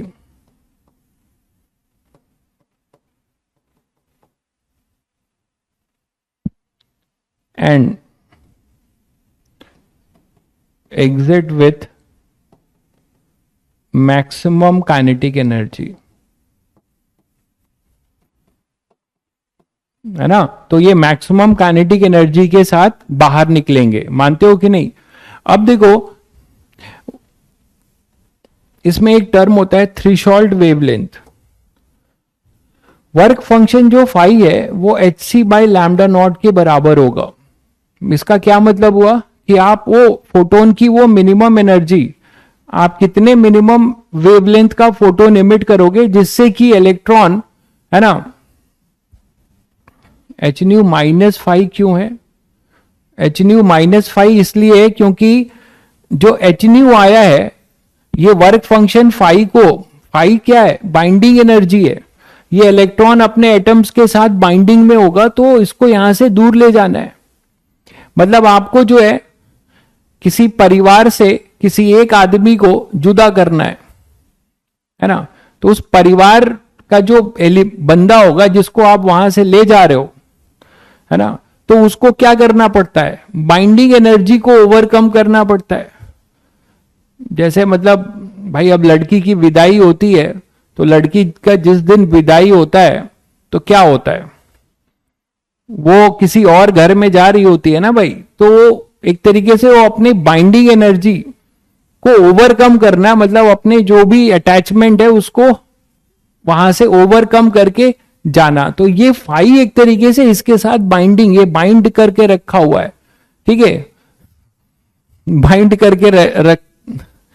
हाँ हाँ, क्या होता है मैं तुम लोग से नहीं पूछ रहा हूं, मैंने बस एक एग्जाम्पल दिया है कि बाइंडिंग एनर्जी का क्या मतलब है, वर्क फंक्शन का क्या मतलब है, ठीक है। तो देखो hc/λ0 ये है अपने पास, तो उतनी एनर्जी तो आपकी वेस्ट हो जाएगी उसको वहां से निकालने में, और फिर जो बची एनर्जी होगी उससे वो बाहर निकलेगा। तो H C by lambda nought में ये थ्रेशोल्ड वेवलेंथ बोला जाएगा।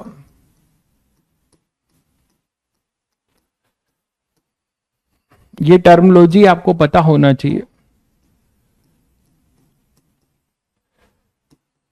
ठीक है। तो ये अपने पास है, this is the wavelength corresponding to which the energy of photon is equal to work function of the metal plate, है ना। तो यहां पे आप, ये है phi, this is your threshold। तो for photoelectric emission,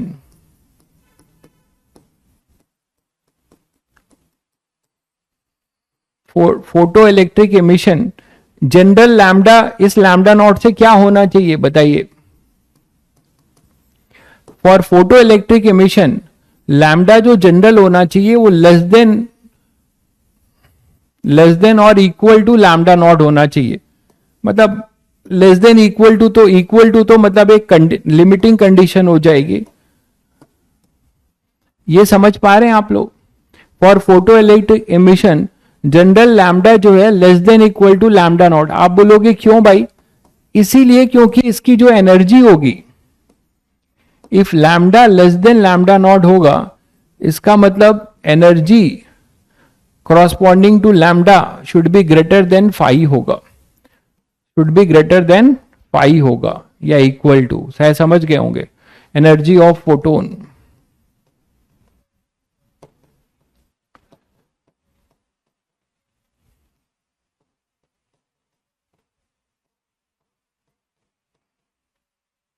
having wavelength lambda. Clear है बच्चों। तो ये कंडीशंस हैं।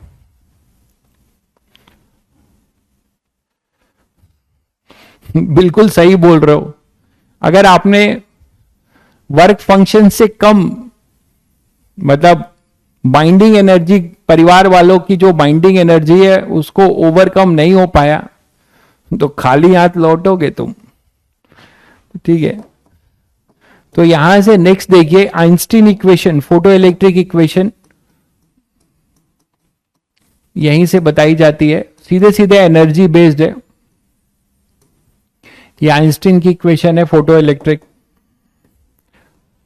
तो इसमें यही बोला जाएगा कि जो एच न्यू होगा, के मैक्स, जो मैक्सिमम फोटो इलेक्ट्रॉन्स जो निकलेंगे मैक्सिमम काइनेटिक एनर्जी के साथ, वो क्या हो सकता है, वो एच न्यू माइनस फाइव होगा। अभी तो समझा दिया मैंने आपको कि ऐसा कौन करेगा, मोस्ट इकोनॉमिकल यूज जो करेगा। और मोस्ट इकोनॉमिकल यूज कौन करेगा, मोस्ट इकोनॉमिकल यूज कौन करेगा, सरफेस इलेक्ट्रॉन, है ना। मोस्ट इकोनॉमिकल यूज कौन करेगा भाई, सरफेस इलेक्ट्रॉन। लो भाई साइड हो गए। अब बताइए, तो this is your equation, photo electric की ये फंडामेंटल इक्वेशन है जिसमें सभी बच्चे सब कुछ अब समझ गए। एच न्यू जो है एनर्जी ऑफ फोटोन है, फाई अपना वर्क फंक्शन है जो थ्रेशोल्ड वेवलेंथ के रिलेटेड होगा। बेटा तुम्हें देखो क्या बोल रहा है, आसान से थ्योरी के लिए उसको नोबेल प्राइज मिल गया। जब चीजें बहुत कॉमन हो जाती हैं तो आपको अभी आसान लगती हैं, हालांकि इसमें घुसेंगे तो आपको पता चलेगा। अभी तो आप ऊपर ऊपर पढ़ रहे हैं सारी चीजें। तो H K max equal to H nu minus work function, ठीक है बच्चों। तो ये अपने पास हो जाएगा आइंस्टीन फोटो इलेक्ट्रिक इक्वेशन, ठीक है। अब इसके ग्राफ पे अभी आएंगे, लेकिन इसमें दो कॉन्सेप्ट और छुपे हुए हैं। बहुत छोटा टॉपिक है ये, लेकिन क्वेश्चंस आते हैं जेई मेंस में तो आए ही हैं। कॉन्सेप्ट ऑफ सैचुरेशन करंट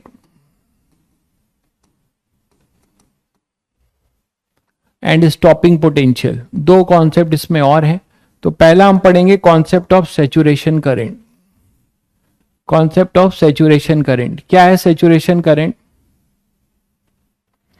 भाई थ्रेशोल्ड वेवलेंथ और नॉर्मल वेवलेंथ में ये अंतर है मेरे भाई, कि ये जो अपने पास मेटल प्लेट था, ये इलेक्ट्रॉन इसके साथ बाइंडिंग था फाई के साथ।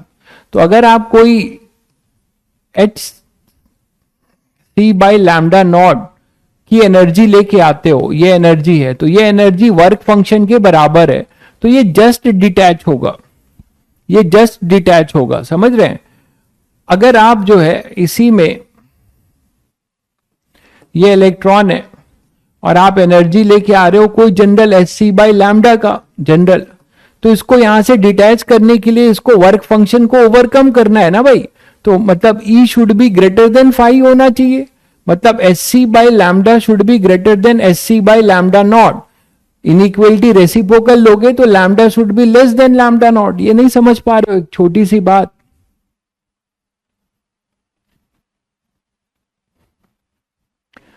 समझ गए होगे शायद कि लैम्डा नॉट क्या है और लैम्डा क्या है, समझ में आ गया। वर्क फंक्शन के एनर्जी के बराबर जो फोटोन की एनर्जी होगी उसको हम थ्रेशोल्ड वेवलेंथ कहते हैं। तो अगर आप थ्रेशोल्ड वेवलेंथ की फोटोन इमिट कराओगे ये, तो जस्ट ये इसको ओवरकम कर पाएगा, जस्ट ओवरकम कर पाएगा। शायद समझ गए या नहीं, थोड़ा सा बोल भी दिया करिए भाई तो मैं आगे बढ़ूं। ये मतलब है इसका, इसका मतलब समझ गए।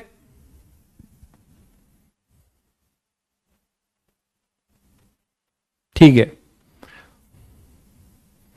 हेडिंग भी मिटा दिया। तो नेक्स्ट अपना है कॉन्सेप्ट ऑफ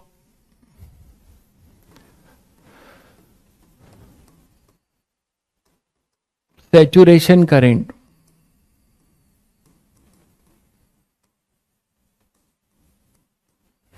तो सैचुरेशन करंट बेसिकली क्या है, देखो एक एक्सपेरिमेंट से आप बेटर समझेंगे। मान लीजिए एक ट्यूब है,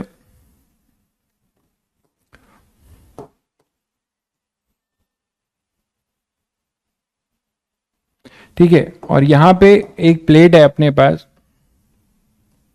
जो कैथोड प्लेट की तरह काम करेगी,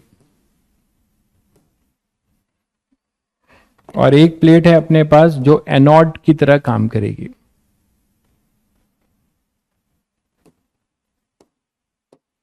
ठीक है, एक कैथोड की तरह काम करेगी, एक एनोड की तरह। और यहां पे आप क्या कर रहे हो, फोटो इलेक्ट्रिक इमिशन करा रहे हो कैथोड पे। ये अपना कैथोड प्लेट है और ये अपना एनोड है मान लो। तो यहां पे हो क्या रहा है कि आप कुछ इमिशन करा रहे हो, लाइट भेज रहे हो यहां पे। तो क्या होगा, photo electrons, photo electric effect होगा और यहां से फोटो इलेक्ट्रॉन्स निकलेंगे। और ये जो फोटो इलेक्ट्रॉन्स हैं वो कहां पे कलेक्ट होंगे, एनोड प्लेट पे कलेक्ट होंगे, ये तो सबको पता है। ये कैथोड है और ये एनोड है, ठीक है, ये कलेक्ट होंगे। ठीक है, अब मुझे ये बताओ कि जितने इलेक्ट्रॉन्स निकलेंगे क्या वो सारे कैथोड पे चले जाएंगे, इसकी कोई गारंटी है? इसकी गारंटी इसलिए नहीं है क्योंकि आप फोटोन्स गिराते जा रहे हो और नंबर ऑफ इलेक्ट्रॉन्स यहां पे बाहर निकलते जा रहे हैं, तो ट्रैफिक बढ़ जाएगी, क्राउडिंग हो जाएगी भाई, है ना। कल मेरे शहर में भी ट्रैफिक बहुत बढ़ने वाली है, तो यहां पे भी इसी तरीके से लोग निकलेंगे घरों से। कल लोग अपने घरों से निकलेंगे तो ट्रैफिक बढ़ेगा, शहीद पथ जाम हो जाएगा। यहां पे भी उसी तरीके से है कि जैसे इलेक्ट्रॉन्स यहां पे फोटोन्स इमिट करा रहे हो, तो बहुत सारे फोटो इलेक्ट्रॉन्स का इमिशन होगा। ठीक है, तो यहां पे एक चार्ज क्लाउड आ जाएगा। यहां पे क्या होगा कि बहुत सारे इलेक्ट्रॉन्स आने लगेंगे, तो आप बोलोगे कि यहां पे क्राउडिंग बढ़ जाएगी, चार्ज क्लाउड। मैं तो बस ऐसे सिंबॉलिक दिखा रहा हूं लाइन लगा के, ये पूरे में चार्ज होगा, नेगेटिव चार्ज क्लाउड होगा भाई। ठीक है, एक नेगेटिव चार्ज क्लाउड यहां जनरेट हो जाएगा, ये तो मानते हो। तो अब नेगेटिव चार्ज क्लाउड अगर जनरेट हो जाएगा तो क्या हो जाएगा बताओ, कि फर्दर मूविंग इलेक्ट्रॉन्स को यहां पहुंचने में हर्डल फेस करना पड़ेगा। तो ड्यू टू चार्ज क्लाउड आप बोल सकते हो, due to charge cloud, charge cloud की वजह से क्या होगा कि इलेक्ट्रॉन्स जो है इसमें नहीं पहुंचेंगे। Due to charge cloud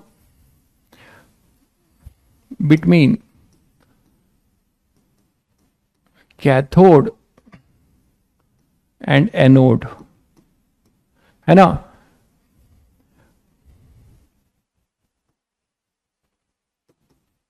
further photo electrons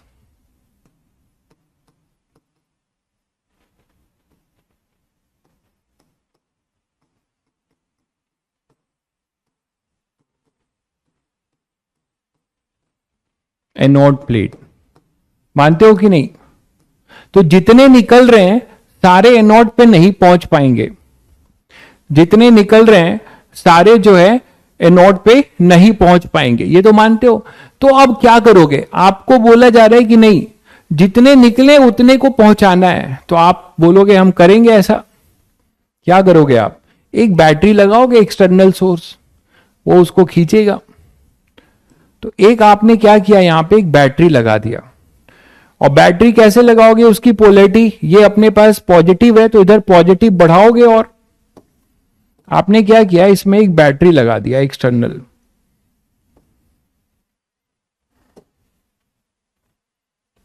यहां पे आपने एक बैटरी लगा दिया, ठीक है। ध्यान से समझिएगा, छोटा सा कॉन्सेप्ट है, लोग इसमें भी परेशान रहते हैं क्योंकि वो रटने की कोशिश करते हैं। तो यहां पे आपने एक बैटरी लगा दिया। अब ये इसकी पॉजिटिविटी आपने बढ़ा दी, इसको पॉजिटिव और कर दिया, ये अपना नेगेटिव और। तो यहां से पुल करेगा इसको, बताइए, यहां से पुल करेगा। जो इलेक्ट्रॉन यहां नहीं पहुंच पा रहे थे, कुछ फास्टेस्ट मूविंग इलेक्ट्रॉन थे जो इस चार्ज क्लाउड को ओवरकम करके पहुंच रहे थे। मेरी बात ध्यान से सुनिएगा। कुछ जो है फास्टेस्ट मूविंग इलेक्ट्रॉन थे जो केवल जो है इसको ओवरकम करके पहुंच पा रहे थे। अब क्या होगा, आप इसकी वैल्यू बढ़ाते जा रहे हो, ठीक है। तो after connecting with A potential source,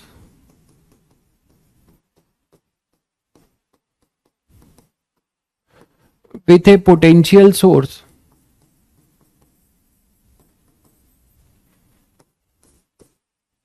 है ना,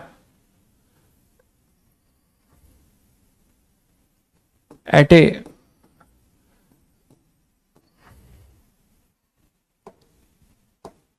a particular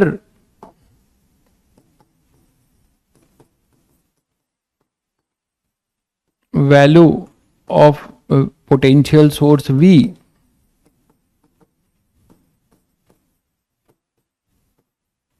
all the photoelectrons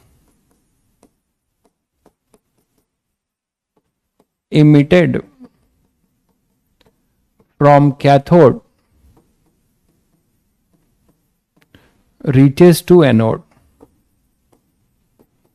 होगा कि नहीं होगा? बताओ, होगा कि नहीं होगा?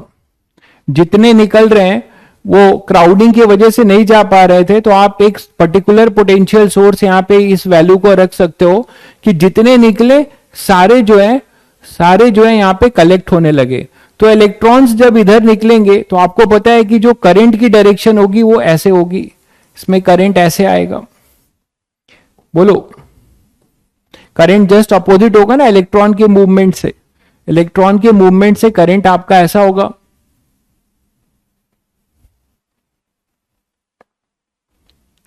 बैटरी ही लगानी पड़ी तो हमें जो इलेक्ट्रॉन मिले उसका फायदा क्या है? देखिए, अगर आप इसको एक तार से जोड़ देते हो, केवल आप इसको अगर तार से जोड़ते हो तो आपको उतने करंट नहीं मिलेंगे। अगर आप इसको तार से जोड़ते हो तो ये इलेक्ट्रॉन इधर जा रहे हैं तो इसमें करंट ऐसे फ्लो होगा। बट ये करंट जो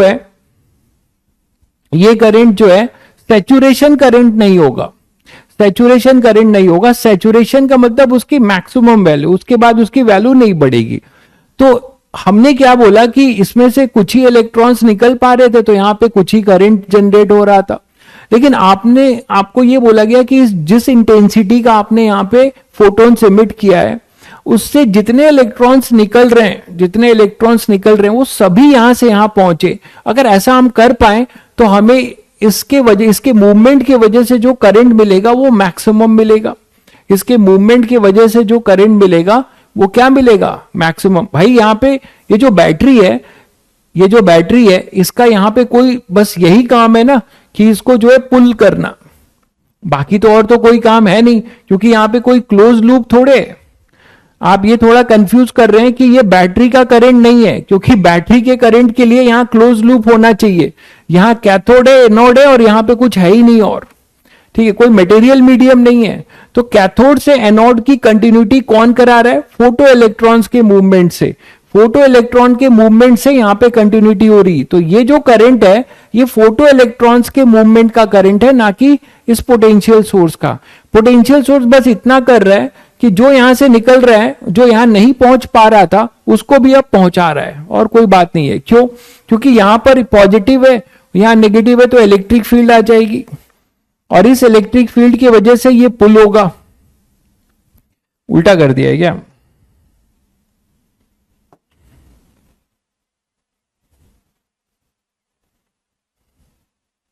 इलेक्ट्रिक फील्ड की डायरेक्शन उल्टी कर दी है ना भाई। तो ये इलेक्ट्रिक फील्ड ऐसा होगा, तो इसके वजह से फोर्स इस पे क्यूई का ऐसे लगेगा, जो इसको इधर पहुंचा देगा, है ना, जो इसको पहुंचा देगा। ठीक है, तो वो केवल इलेक्ट्रिक फील्ड जनरेट कर रहा है भाई। तो यहां तक सभी बच्चे समझ गए। अब क्या होगा फॉर ए पर्टिकुलर,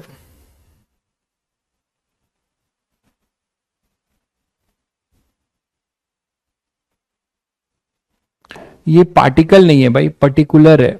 अंग्रेजी भी गड़बड़ हो रही है।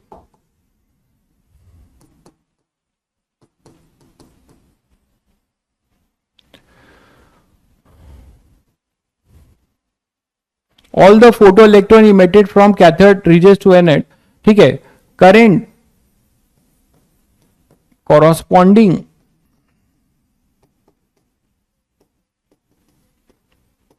to this stage is called saturation current। तो इसी को हम कहेंगे सैचुरेशन करंट। ठीक है, अब सैचुरेशन करंट जब हो चुका होगा, जब करंट सैचुरेशन वाली वैल्यू पे होगा, तो फिर से तुम बैटरी की वैल्यू बढ़ाओगे। ठीक है, फिर से बैटरी की वैल्यू बढ़ाओगे, तो मुझे बताओ सैचुरेशन करंट में कोई फर्क पड़ेगा क्या? जल्दी बताइए। अगर एक बार सैचुरेशन करंट अचीव हो गया, मान लो 10 वोल्ट की बैटरी लगाने पे ऐसा हो रहा है कि जितने इलेक्ट्रॉन्स यहां से निकलने थे वो सारे यहां से यहां निकल गए, तो क्या मैं इसको 11 वोल्ट, 12 वोल्ट, 20 वोल्ट, 100 वोल्ट कुछ भी करूंगा तो काम तो वही करेगा ना? जो 10 वोल्ट वाला कर रहा था वो 20 वोल्ट वाला भी वही करेगा। भाई लोग जितने निकल रहे हैं उनको यहां से यहां पहुंचा देगा। ठीक है, तो इसका मतलब ये हुआ कि सैचुरेशन करंट, ये सब इंपॉर्टेंट है, डायरेक्ट क्वेश्चन आएंगे, टिक करेंगे। Saturation current does not depend upon the applied potential source. ये नोट करके याद रखिएगा।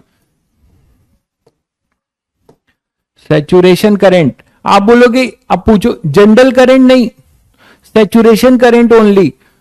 जैसे जैसे अभी सैचुरेशन नहीं हुआ है और आप इसको बढ़ा रहे हो, तो मोर नंबर ऑफ फोटो इलेक्ट्रॉन्स यहां पहुंचेंगे, तो करंट अपना बढ़ रहा होगा, करंट अपना बढ़ेगा। लेकिन एक बार जब सैचुरेशन ले लेगा, मतलब इस फोटोन ने, जो पर्टिकुलर फोटोन है, इससे 100 निकलने की कैपेसिटी है।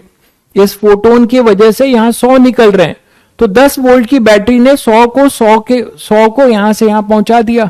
अब 20 वोल्ट की बैटरी भी वही करेगी। ठीक है, तो सैचुरेशन करंट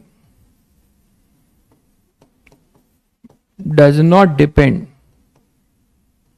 ये केवल सैचुरेशन करंट के लिए ट्रू है, ऑन अप्लाइड पोटेंशियल। तो किस पे डिपेंड करेगा भाई, ये बता दो, किस पे डिपेंड करेगा अपना, किस पे डिपेंड करेगा ये बता दो। डिपेंड इस पे करेगा कि यहां नंबर ऑफ इलेक्ट्रॉन्स जो निकालने वाले हैं उनको बढ़ा दें हम, है ना भाई। जो नंबर ऑफ इलेक्ट्रॉन्स निकलने वाले हैं उनको बढ़ा दें, मतलब इस पर्टिकुलर, इसकी इंटेंसिटी अगर आई है, जो एनर्जी आपने यहां से फॉल कराया है उसकी इंटेंसिटी अगर आई है ना, इंटेंसिटी अगर आई है, तो इसका मतलब एनर्जी, इंटेंसिटी का मतलब energy per unit area per unit time. तो एनर्जी अगर आप बढ़ाते हो यहां से, तो मोर नंबर ऑफ फोटो इलेक्ट्रॉन्स यहां से निकलेंगे, तो मोर number of photo electrons cathode से एनोड में पहुंचेंगे। तो सैचुरेशन करंट हमारा जो है इंटेंसिटी पे डिपेंड करता है, it depends on intensity. Saturation current, ये 2 पॉइंट इंपॉर्टेंट है।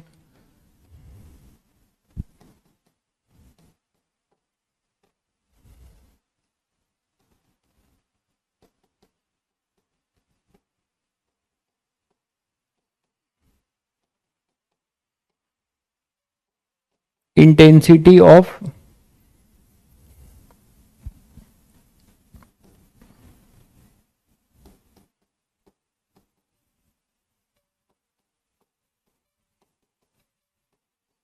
ठीक है। तो सेचुरेशन करंट हमारा इंटेंसिटी पे डिपेंड करेगा, इंटेंसिटी पे डिपेंड करेगा मतलब एनर्जी पे डिपेंड करेगा, क्योंकि E equal to H nu, ठीक है। तो वो इस पे डिपेंड करेगा, जिससे कि नंबर ऑफ, पहले मान लो 100 निकलते थे और ये V जो है 100 को यहां से यहां पहुंचाता था।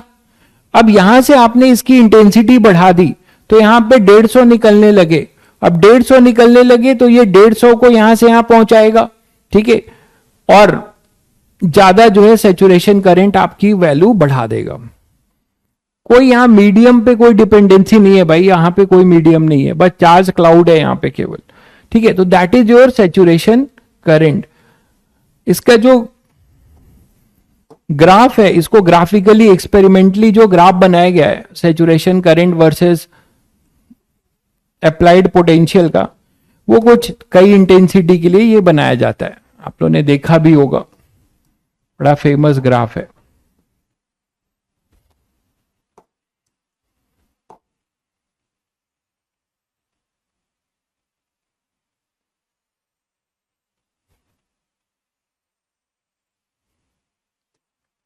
ये I3 I2 I1 ये इंटेंसिटी है ना। ये अपने पास सेचुरेशन करंट वर्सेस इंटेंसिटी का ग्राफ है।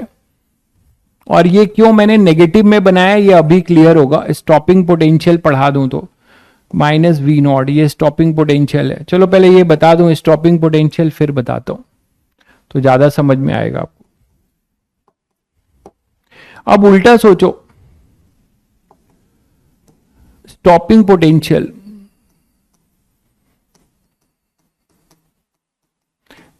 जिसको सेचुरेशन करंट आ गया वो स्टॉपिंग पोटेंशियल भी बहुत आसानी से समझ सकता है। स्टॉपिंग पोटेंशियल क्या है? Minimum potential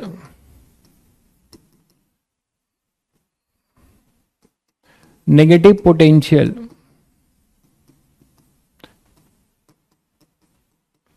applied to anode plate so that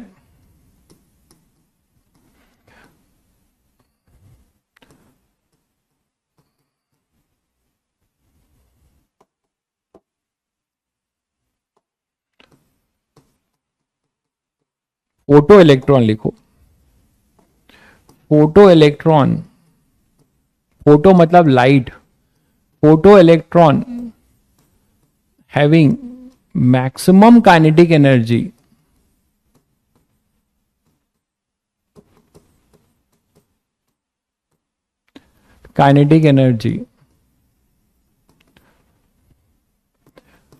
not reaches to anode plate, मतलब उल्टा फिनोमेना है ना, उल्टा फिनोमेना है। उल्टा फिनोमेना है, उल्टा फिनोमेना क्या है कि अब आप उल्टा काम कर रहे हो। अभी आपने क्या किया था, आपने क्या किया था, देखिए जो नहीं जा पा रहे थे उनका आपने मदद किया था, उनको यहां पे पॉजिटिव देकर इलेक्ट्रिक फील्ड इधर आई थी तो क्यूई का फोर्स इधर लगा था, है ना, और आपने इसको पहुंचाया था सारे को। अब उल्टा हो रहा है, पहले जो फास्टेस्ट मूविंग अपने आप पहुंच जा रहे थे उनको भी हमें रोकना है, ठीक है, ठीक है, उनको भी हमें रोकना है, जो फास्टेस्ट मूविंग है उनको भी हमें रोकना है, ठीक है। तो अगर स्टॉपिंग पोटेंशियल की बात कर रहे हैं कि हमें फास्टेस्ट मूविंग इलेक्ट्रॉन भी एनोड पे ना पहुंच पाए जो अपने से पहुंच सकता था, तो हमें उल्टी बैटरी लगानी होगी। ये तो समझ रहे हैं, तभी बोला गया है कि नेगेटिव पोटेंशियल की बात बोली जा रही है, तो हमें उल्टी बैटरी लगानी होगी, मतलब कुछ ऐसा।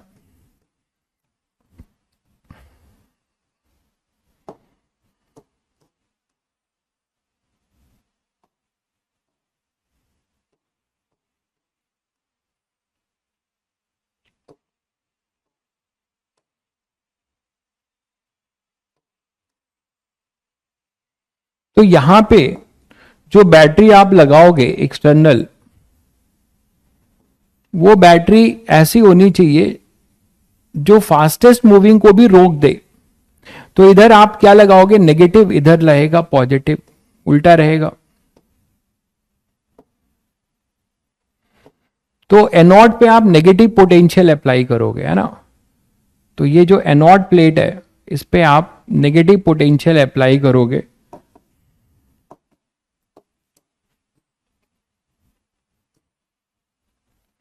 तो जो फास्टेस्ट मूविंग इलेक्ट्रॉन है, इलेक्ट्रॉन हैविंग मैक्सिमम के, वो भी रुके। कैसे रुकेगा, यहां अब नेगेटिव होगा, ये पॉजिटिव होगा, तो इलेक्ट्रिक फील्ड इधर होगी भाई, इसके वजह से।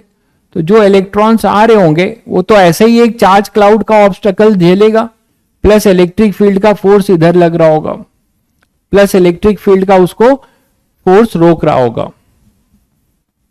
अरे यार क्यों रोकेंगे इलेक्ट्रॉन को, आपको जो टर्मिनोलॉजी है वो मैं पहले बता रहा हूं कि स्टॉपिंग पोटेंशियल नाम की चीज है। हमें मान लो उसे रोकना है तो स्टॉपिंग पोटेंशियल यहां पे हमें क्या देना पड़ेगा, नेगेटिव अप्लाइड पोटेंशियल, यहां पे V नॉट देना होगा, नेगेटिव पोटेंशियल आपने यहां पे अप्लाई किया। तो work done by this potential source E V not, ये के ई मैक्स के बराबर होगा भाई, ये के ई मैक्स के बराबर होगा।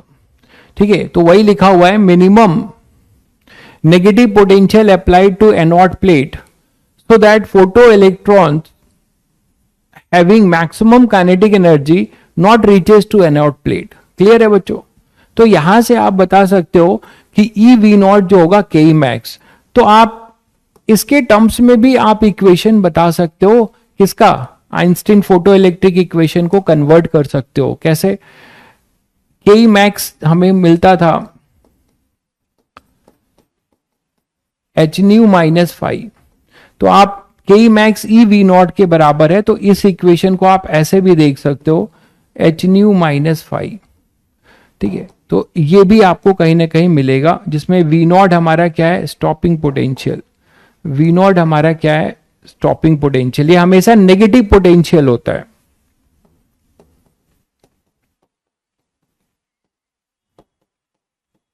इसीलिए इसका नाम स्टॉपिंग पोटेंशियल पड़ता है कि ये फास्टेस्ट मूविंग इलेक्ट्रॉन को भी रोक पाएगा।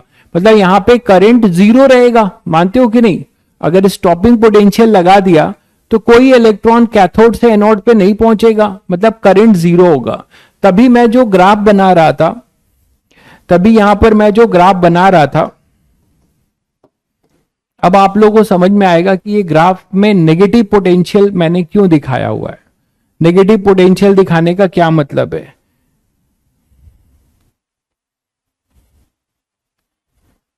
ठीक है। तो नेगेटिव पोटेंशियल से आपको यह मतलब है कि मान लीजिए आप आई वर्सेस करंट वर्सेस पोटेंशियल का ग्राफ बना रहे हैं। ये करंट है और ये पोटेंशियल, अप्लाइड पोटेंशियल है। तो इसका जो ग्राफ होगा वो कुछ ऐसा बनेगा।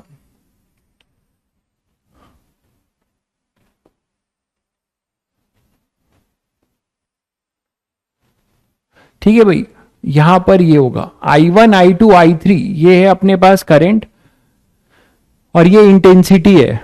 दोनों को अलग सिंबल से दिखाना पड़ेगा। आई स्मॉल कर दे रहा हूं तो आपको डाउट कम होगा, इसको स्मॉल कर दे रहा हूं। करंट है ये, और ये I1 I2 I3, these are intensity. ठीक है, और ये स्टॉपिंग पोटेंशियल है V नॉट। ठीक है, ये अपने पास स्टॉपिंग पोटेंशियल है V नॉट। अब देखो कि सैचुरेशन करंट, सैचुरेशन करंट आप देख पा रहे हो कि जैसे इसका सैचुरेशन करंट ये है, इसका सैचुरेशन करंट ये है, इसका सैचुरेशन करंट ये है, दिख रहा है। I1 I2 I3 मैं बता दूं जो कैपिटल है, I1 I2 and I3 be the intensity of radiation। ठीक है, और ये जो स्मॉल है ये आप सैचुरेशन करंट है I1 I2 और I3। तो स्मॉल वाला जो है सैचुरेशन करंट है, तो I1 I2 and I3 be the saturation current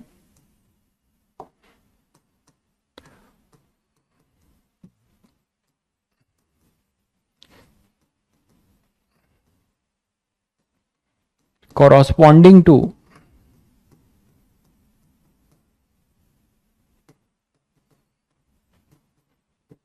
I1, I2 and I3। समझ गए बच्चों? ठीक है। अब देखो कि आपको पता है कि इसको देखकर बता पाओगे कि सैचुरेशन करंट जिसका ज्यादा होगा उसकी इंटेंसिटी ज्यादा है। देख पा रहे हैं, अभी अभी हम लोगों ने डिस्कस भी किया था कि सैचुरेशन करंट जिसका ज्यादा होगा इंटेंसिटी ऑफ लाइट उतनी ज्यादा होगी। बट जो नेगेटिव अपना अप्लाइड पोटेंशियल है ना, नेगेटिव स्टॉपिंग पोटेंशियल है, स्टॉपिंग पोटेंशियल, ये स्टॉपिंग पोटेंशियल इंटेंसिटी पे डिपेंड नहीं करता। देख रहे हैं सभी की इसके लिए स्टॉपिंग पोटेंशियल सेम है। तो स्टॉपिंग पोटेंशियल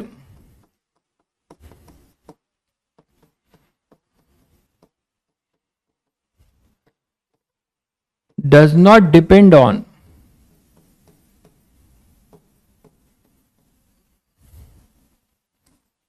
क्यों ऐसा होगा आप लोग बताओ? On intensity of light, light की इंटेंसिटी पे डिपेंड नहीं करेगा। ऐसा क्यों होगा? ऐसा क्यों होगा? ऐसा इसलिए होगा क्योंकि आपको पता है कि इंटेंसिटी का रिलेशन केवल number of photo electrons emitted से है, और जो काइनेटिक एनर्जी है उसका एनर्जी से रिलेशन है। तो ये के के साथ रिलेट करता है। इसको मैक्सिमम काइनेटिक एनर्जी को, है ना, intensity is related with only number of photo electrons, और नंबर ऑफ फोटो इलेक्ट्रॉन्स का रिलेशन सैचुरेशन करंट से है। लेकिन जो स्टॉपिंग पोटेंशियल है वो के के साथ रिलेट करता है, और के जो है किस पे डिपेंड करेगा? फोटोन की एनर्जी पे। तो ये किस पे डिपेंड करेगा? स्टॉपिंग पोटेंशियल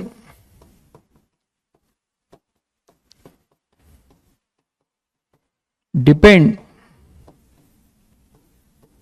ऑन किस पे? Work function of metal plate, work function पे डिपेंड करेगा।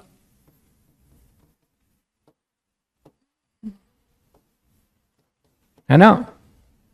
अरे भाई H-5 के मैक्स होता है, और के मैक्स ही अपना EV नॉट है। तो work function of metal plate पे डिपेंड करेगा, बिल्कुल। और क्या करेगा? एनर्जी ऑफ इंसिडेंट फोटोन पे करेगा।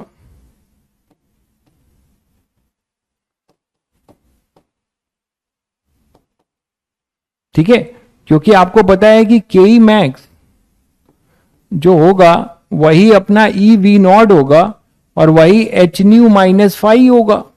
तो ये इस पे भी डिपेंड करेगा और इस पे भी डिपेंड करेगा, है ना। इन्हीं के ऊपर डिपेंड होगा के मैक्स, और के मैक्स पे डिपेंड होगा EV। तो स्टॉपिंग पोटेंशियल डिपेंड करेगा इस पे, वो इंटेंसिटी पे डिपेंड नहीं करेगा। क्योंकि इंटेंसिटी बढ़ाओगे, लाइट की इंटेंसिटी बढ़ाओगे तो उससे उसकी काइनेटिक एनर्जी में कोई फर्क नहीं पड़ेगा। बस ये होगा कि जहां 4 इलेक्ट्रॉन निकल रहे थे, इंटेंसिटी के बढ़ाने से अब 6 निकलेंगे, 8 निकलेंगे। तो intensity is only related with number of photo electrons emitted. तो ये बात भी मैं कहीं नोट करके लिख देता हूं।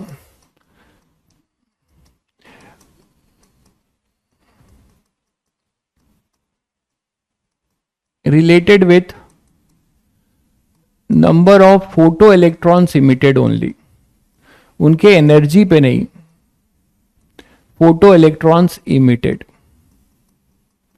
ठीक है बच्चों, तो ये इंपॉर्टेंट थ्योरी थी। ठीक है, नेक्स्ट टर्न पे आएंगे तो इस पे क्वेश्चंस करेंगे। तो आपको मैंने एक फंडामेंटल बेसिक थ्योरी जो इसकी होती है वो मैंने आपको बता दिया।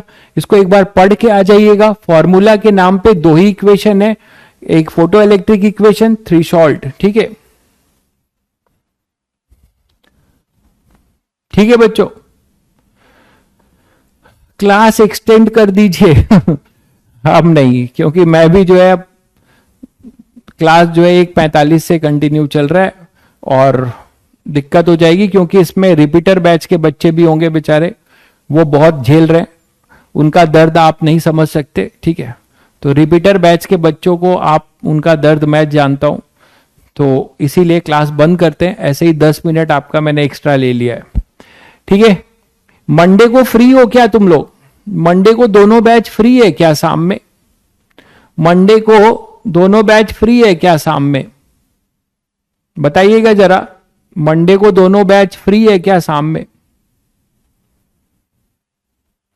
नहीं हो? कोई नो एस दोनों क्यों लिखते हो यार?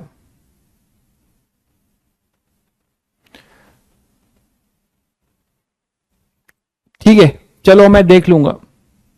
मैथ्स की क्लास है, वे मैथ्स की कितनी एक्स्ट्रा क्लास ले रहे हो भाई मेरे। चलो ठीक है, मिलते हैं फिर ट्यूसडे को मिलेंगे फिर। चलिए।